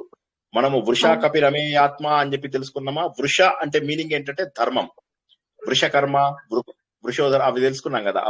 ఆ వృష అంటే ధర్మం, కర్మని ధర్మబద్ధంగా చేసేవాడు భగవంతుడు. కాబట్టి మీరు చేసే ప్రతి పనిని ధర్మబద్ధంగా చేసినట్లయితే మనం ఇంకా వేరే విషయాలు పట్టించుకోవాల్సినటువంటి అవసరం లేదు. కులము, గోత్రము, జాతి, మతము, గణము ఇవేమీ అవసరం లేదు.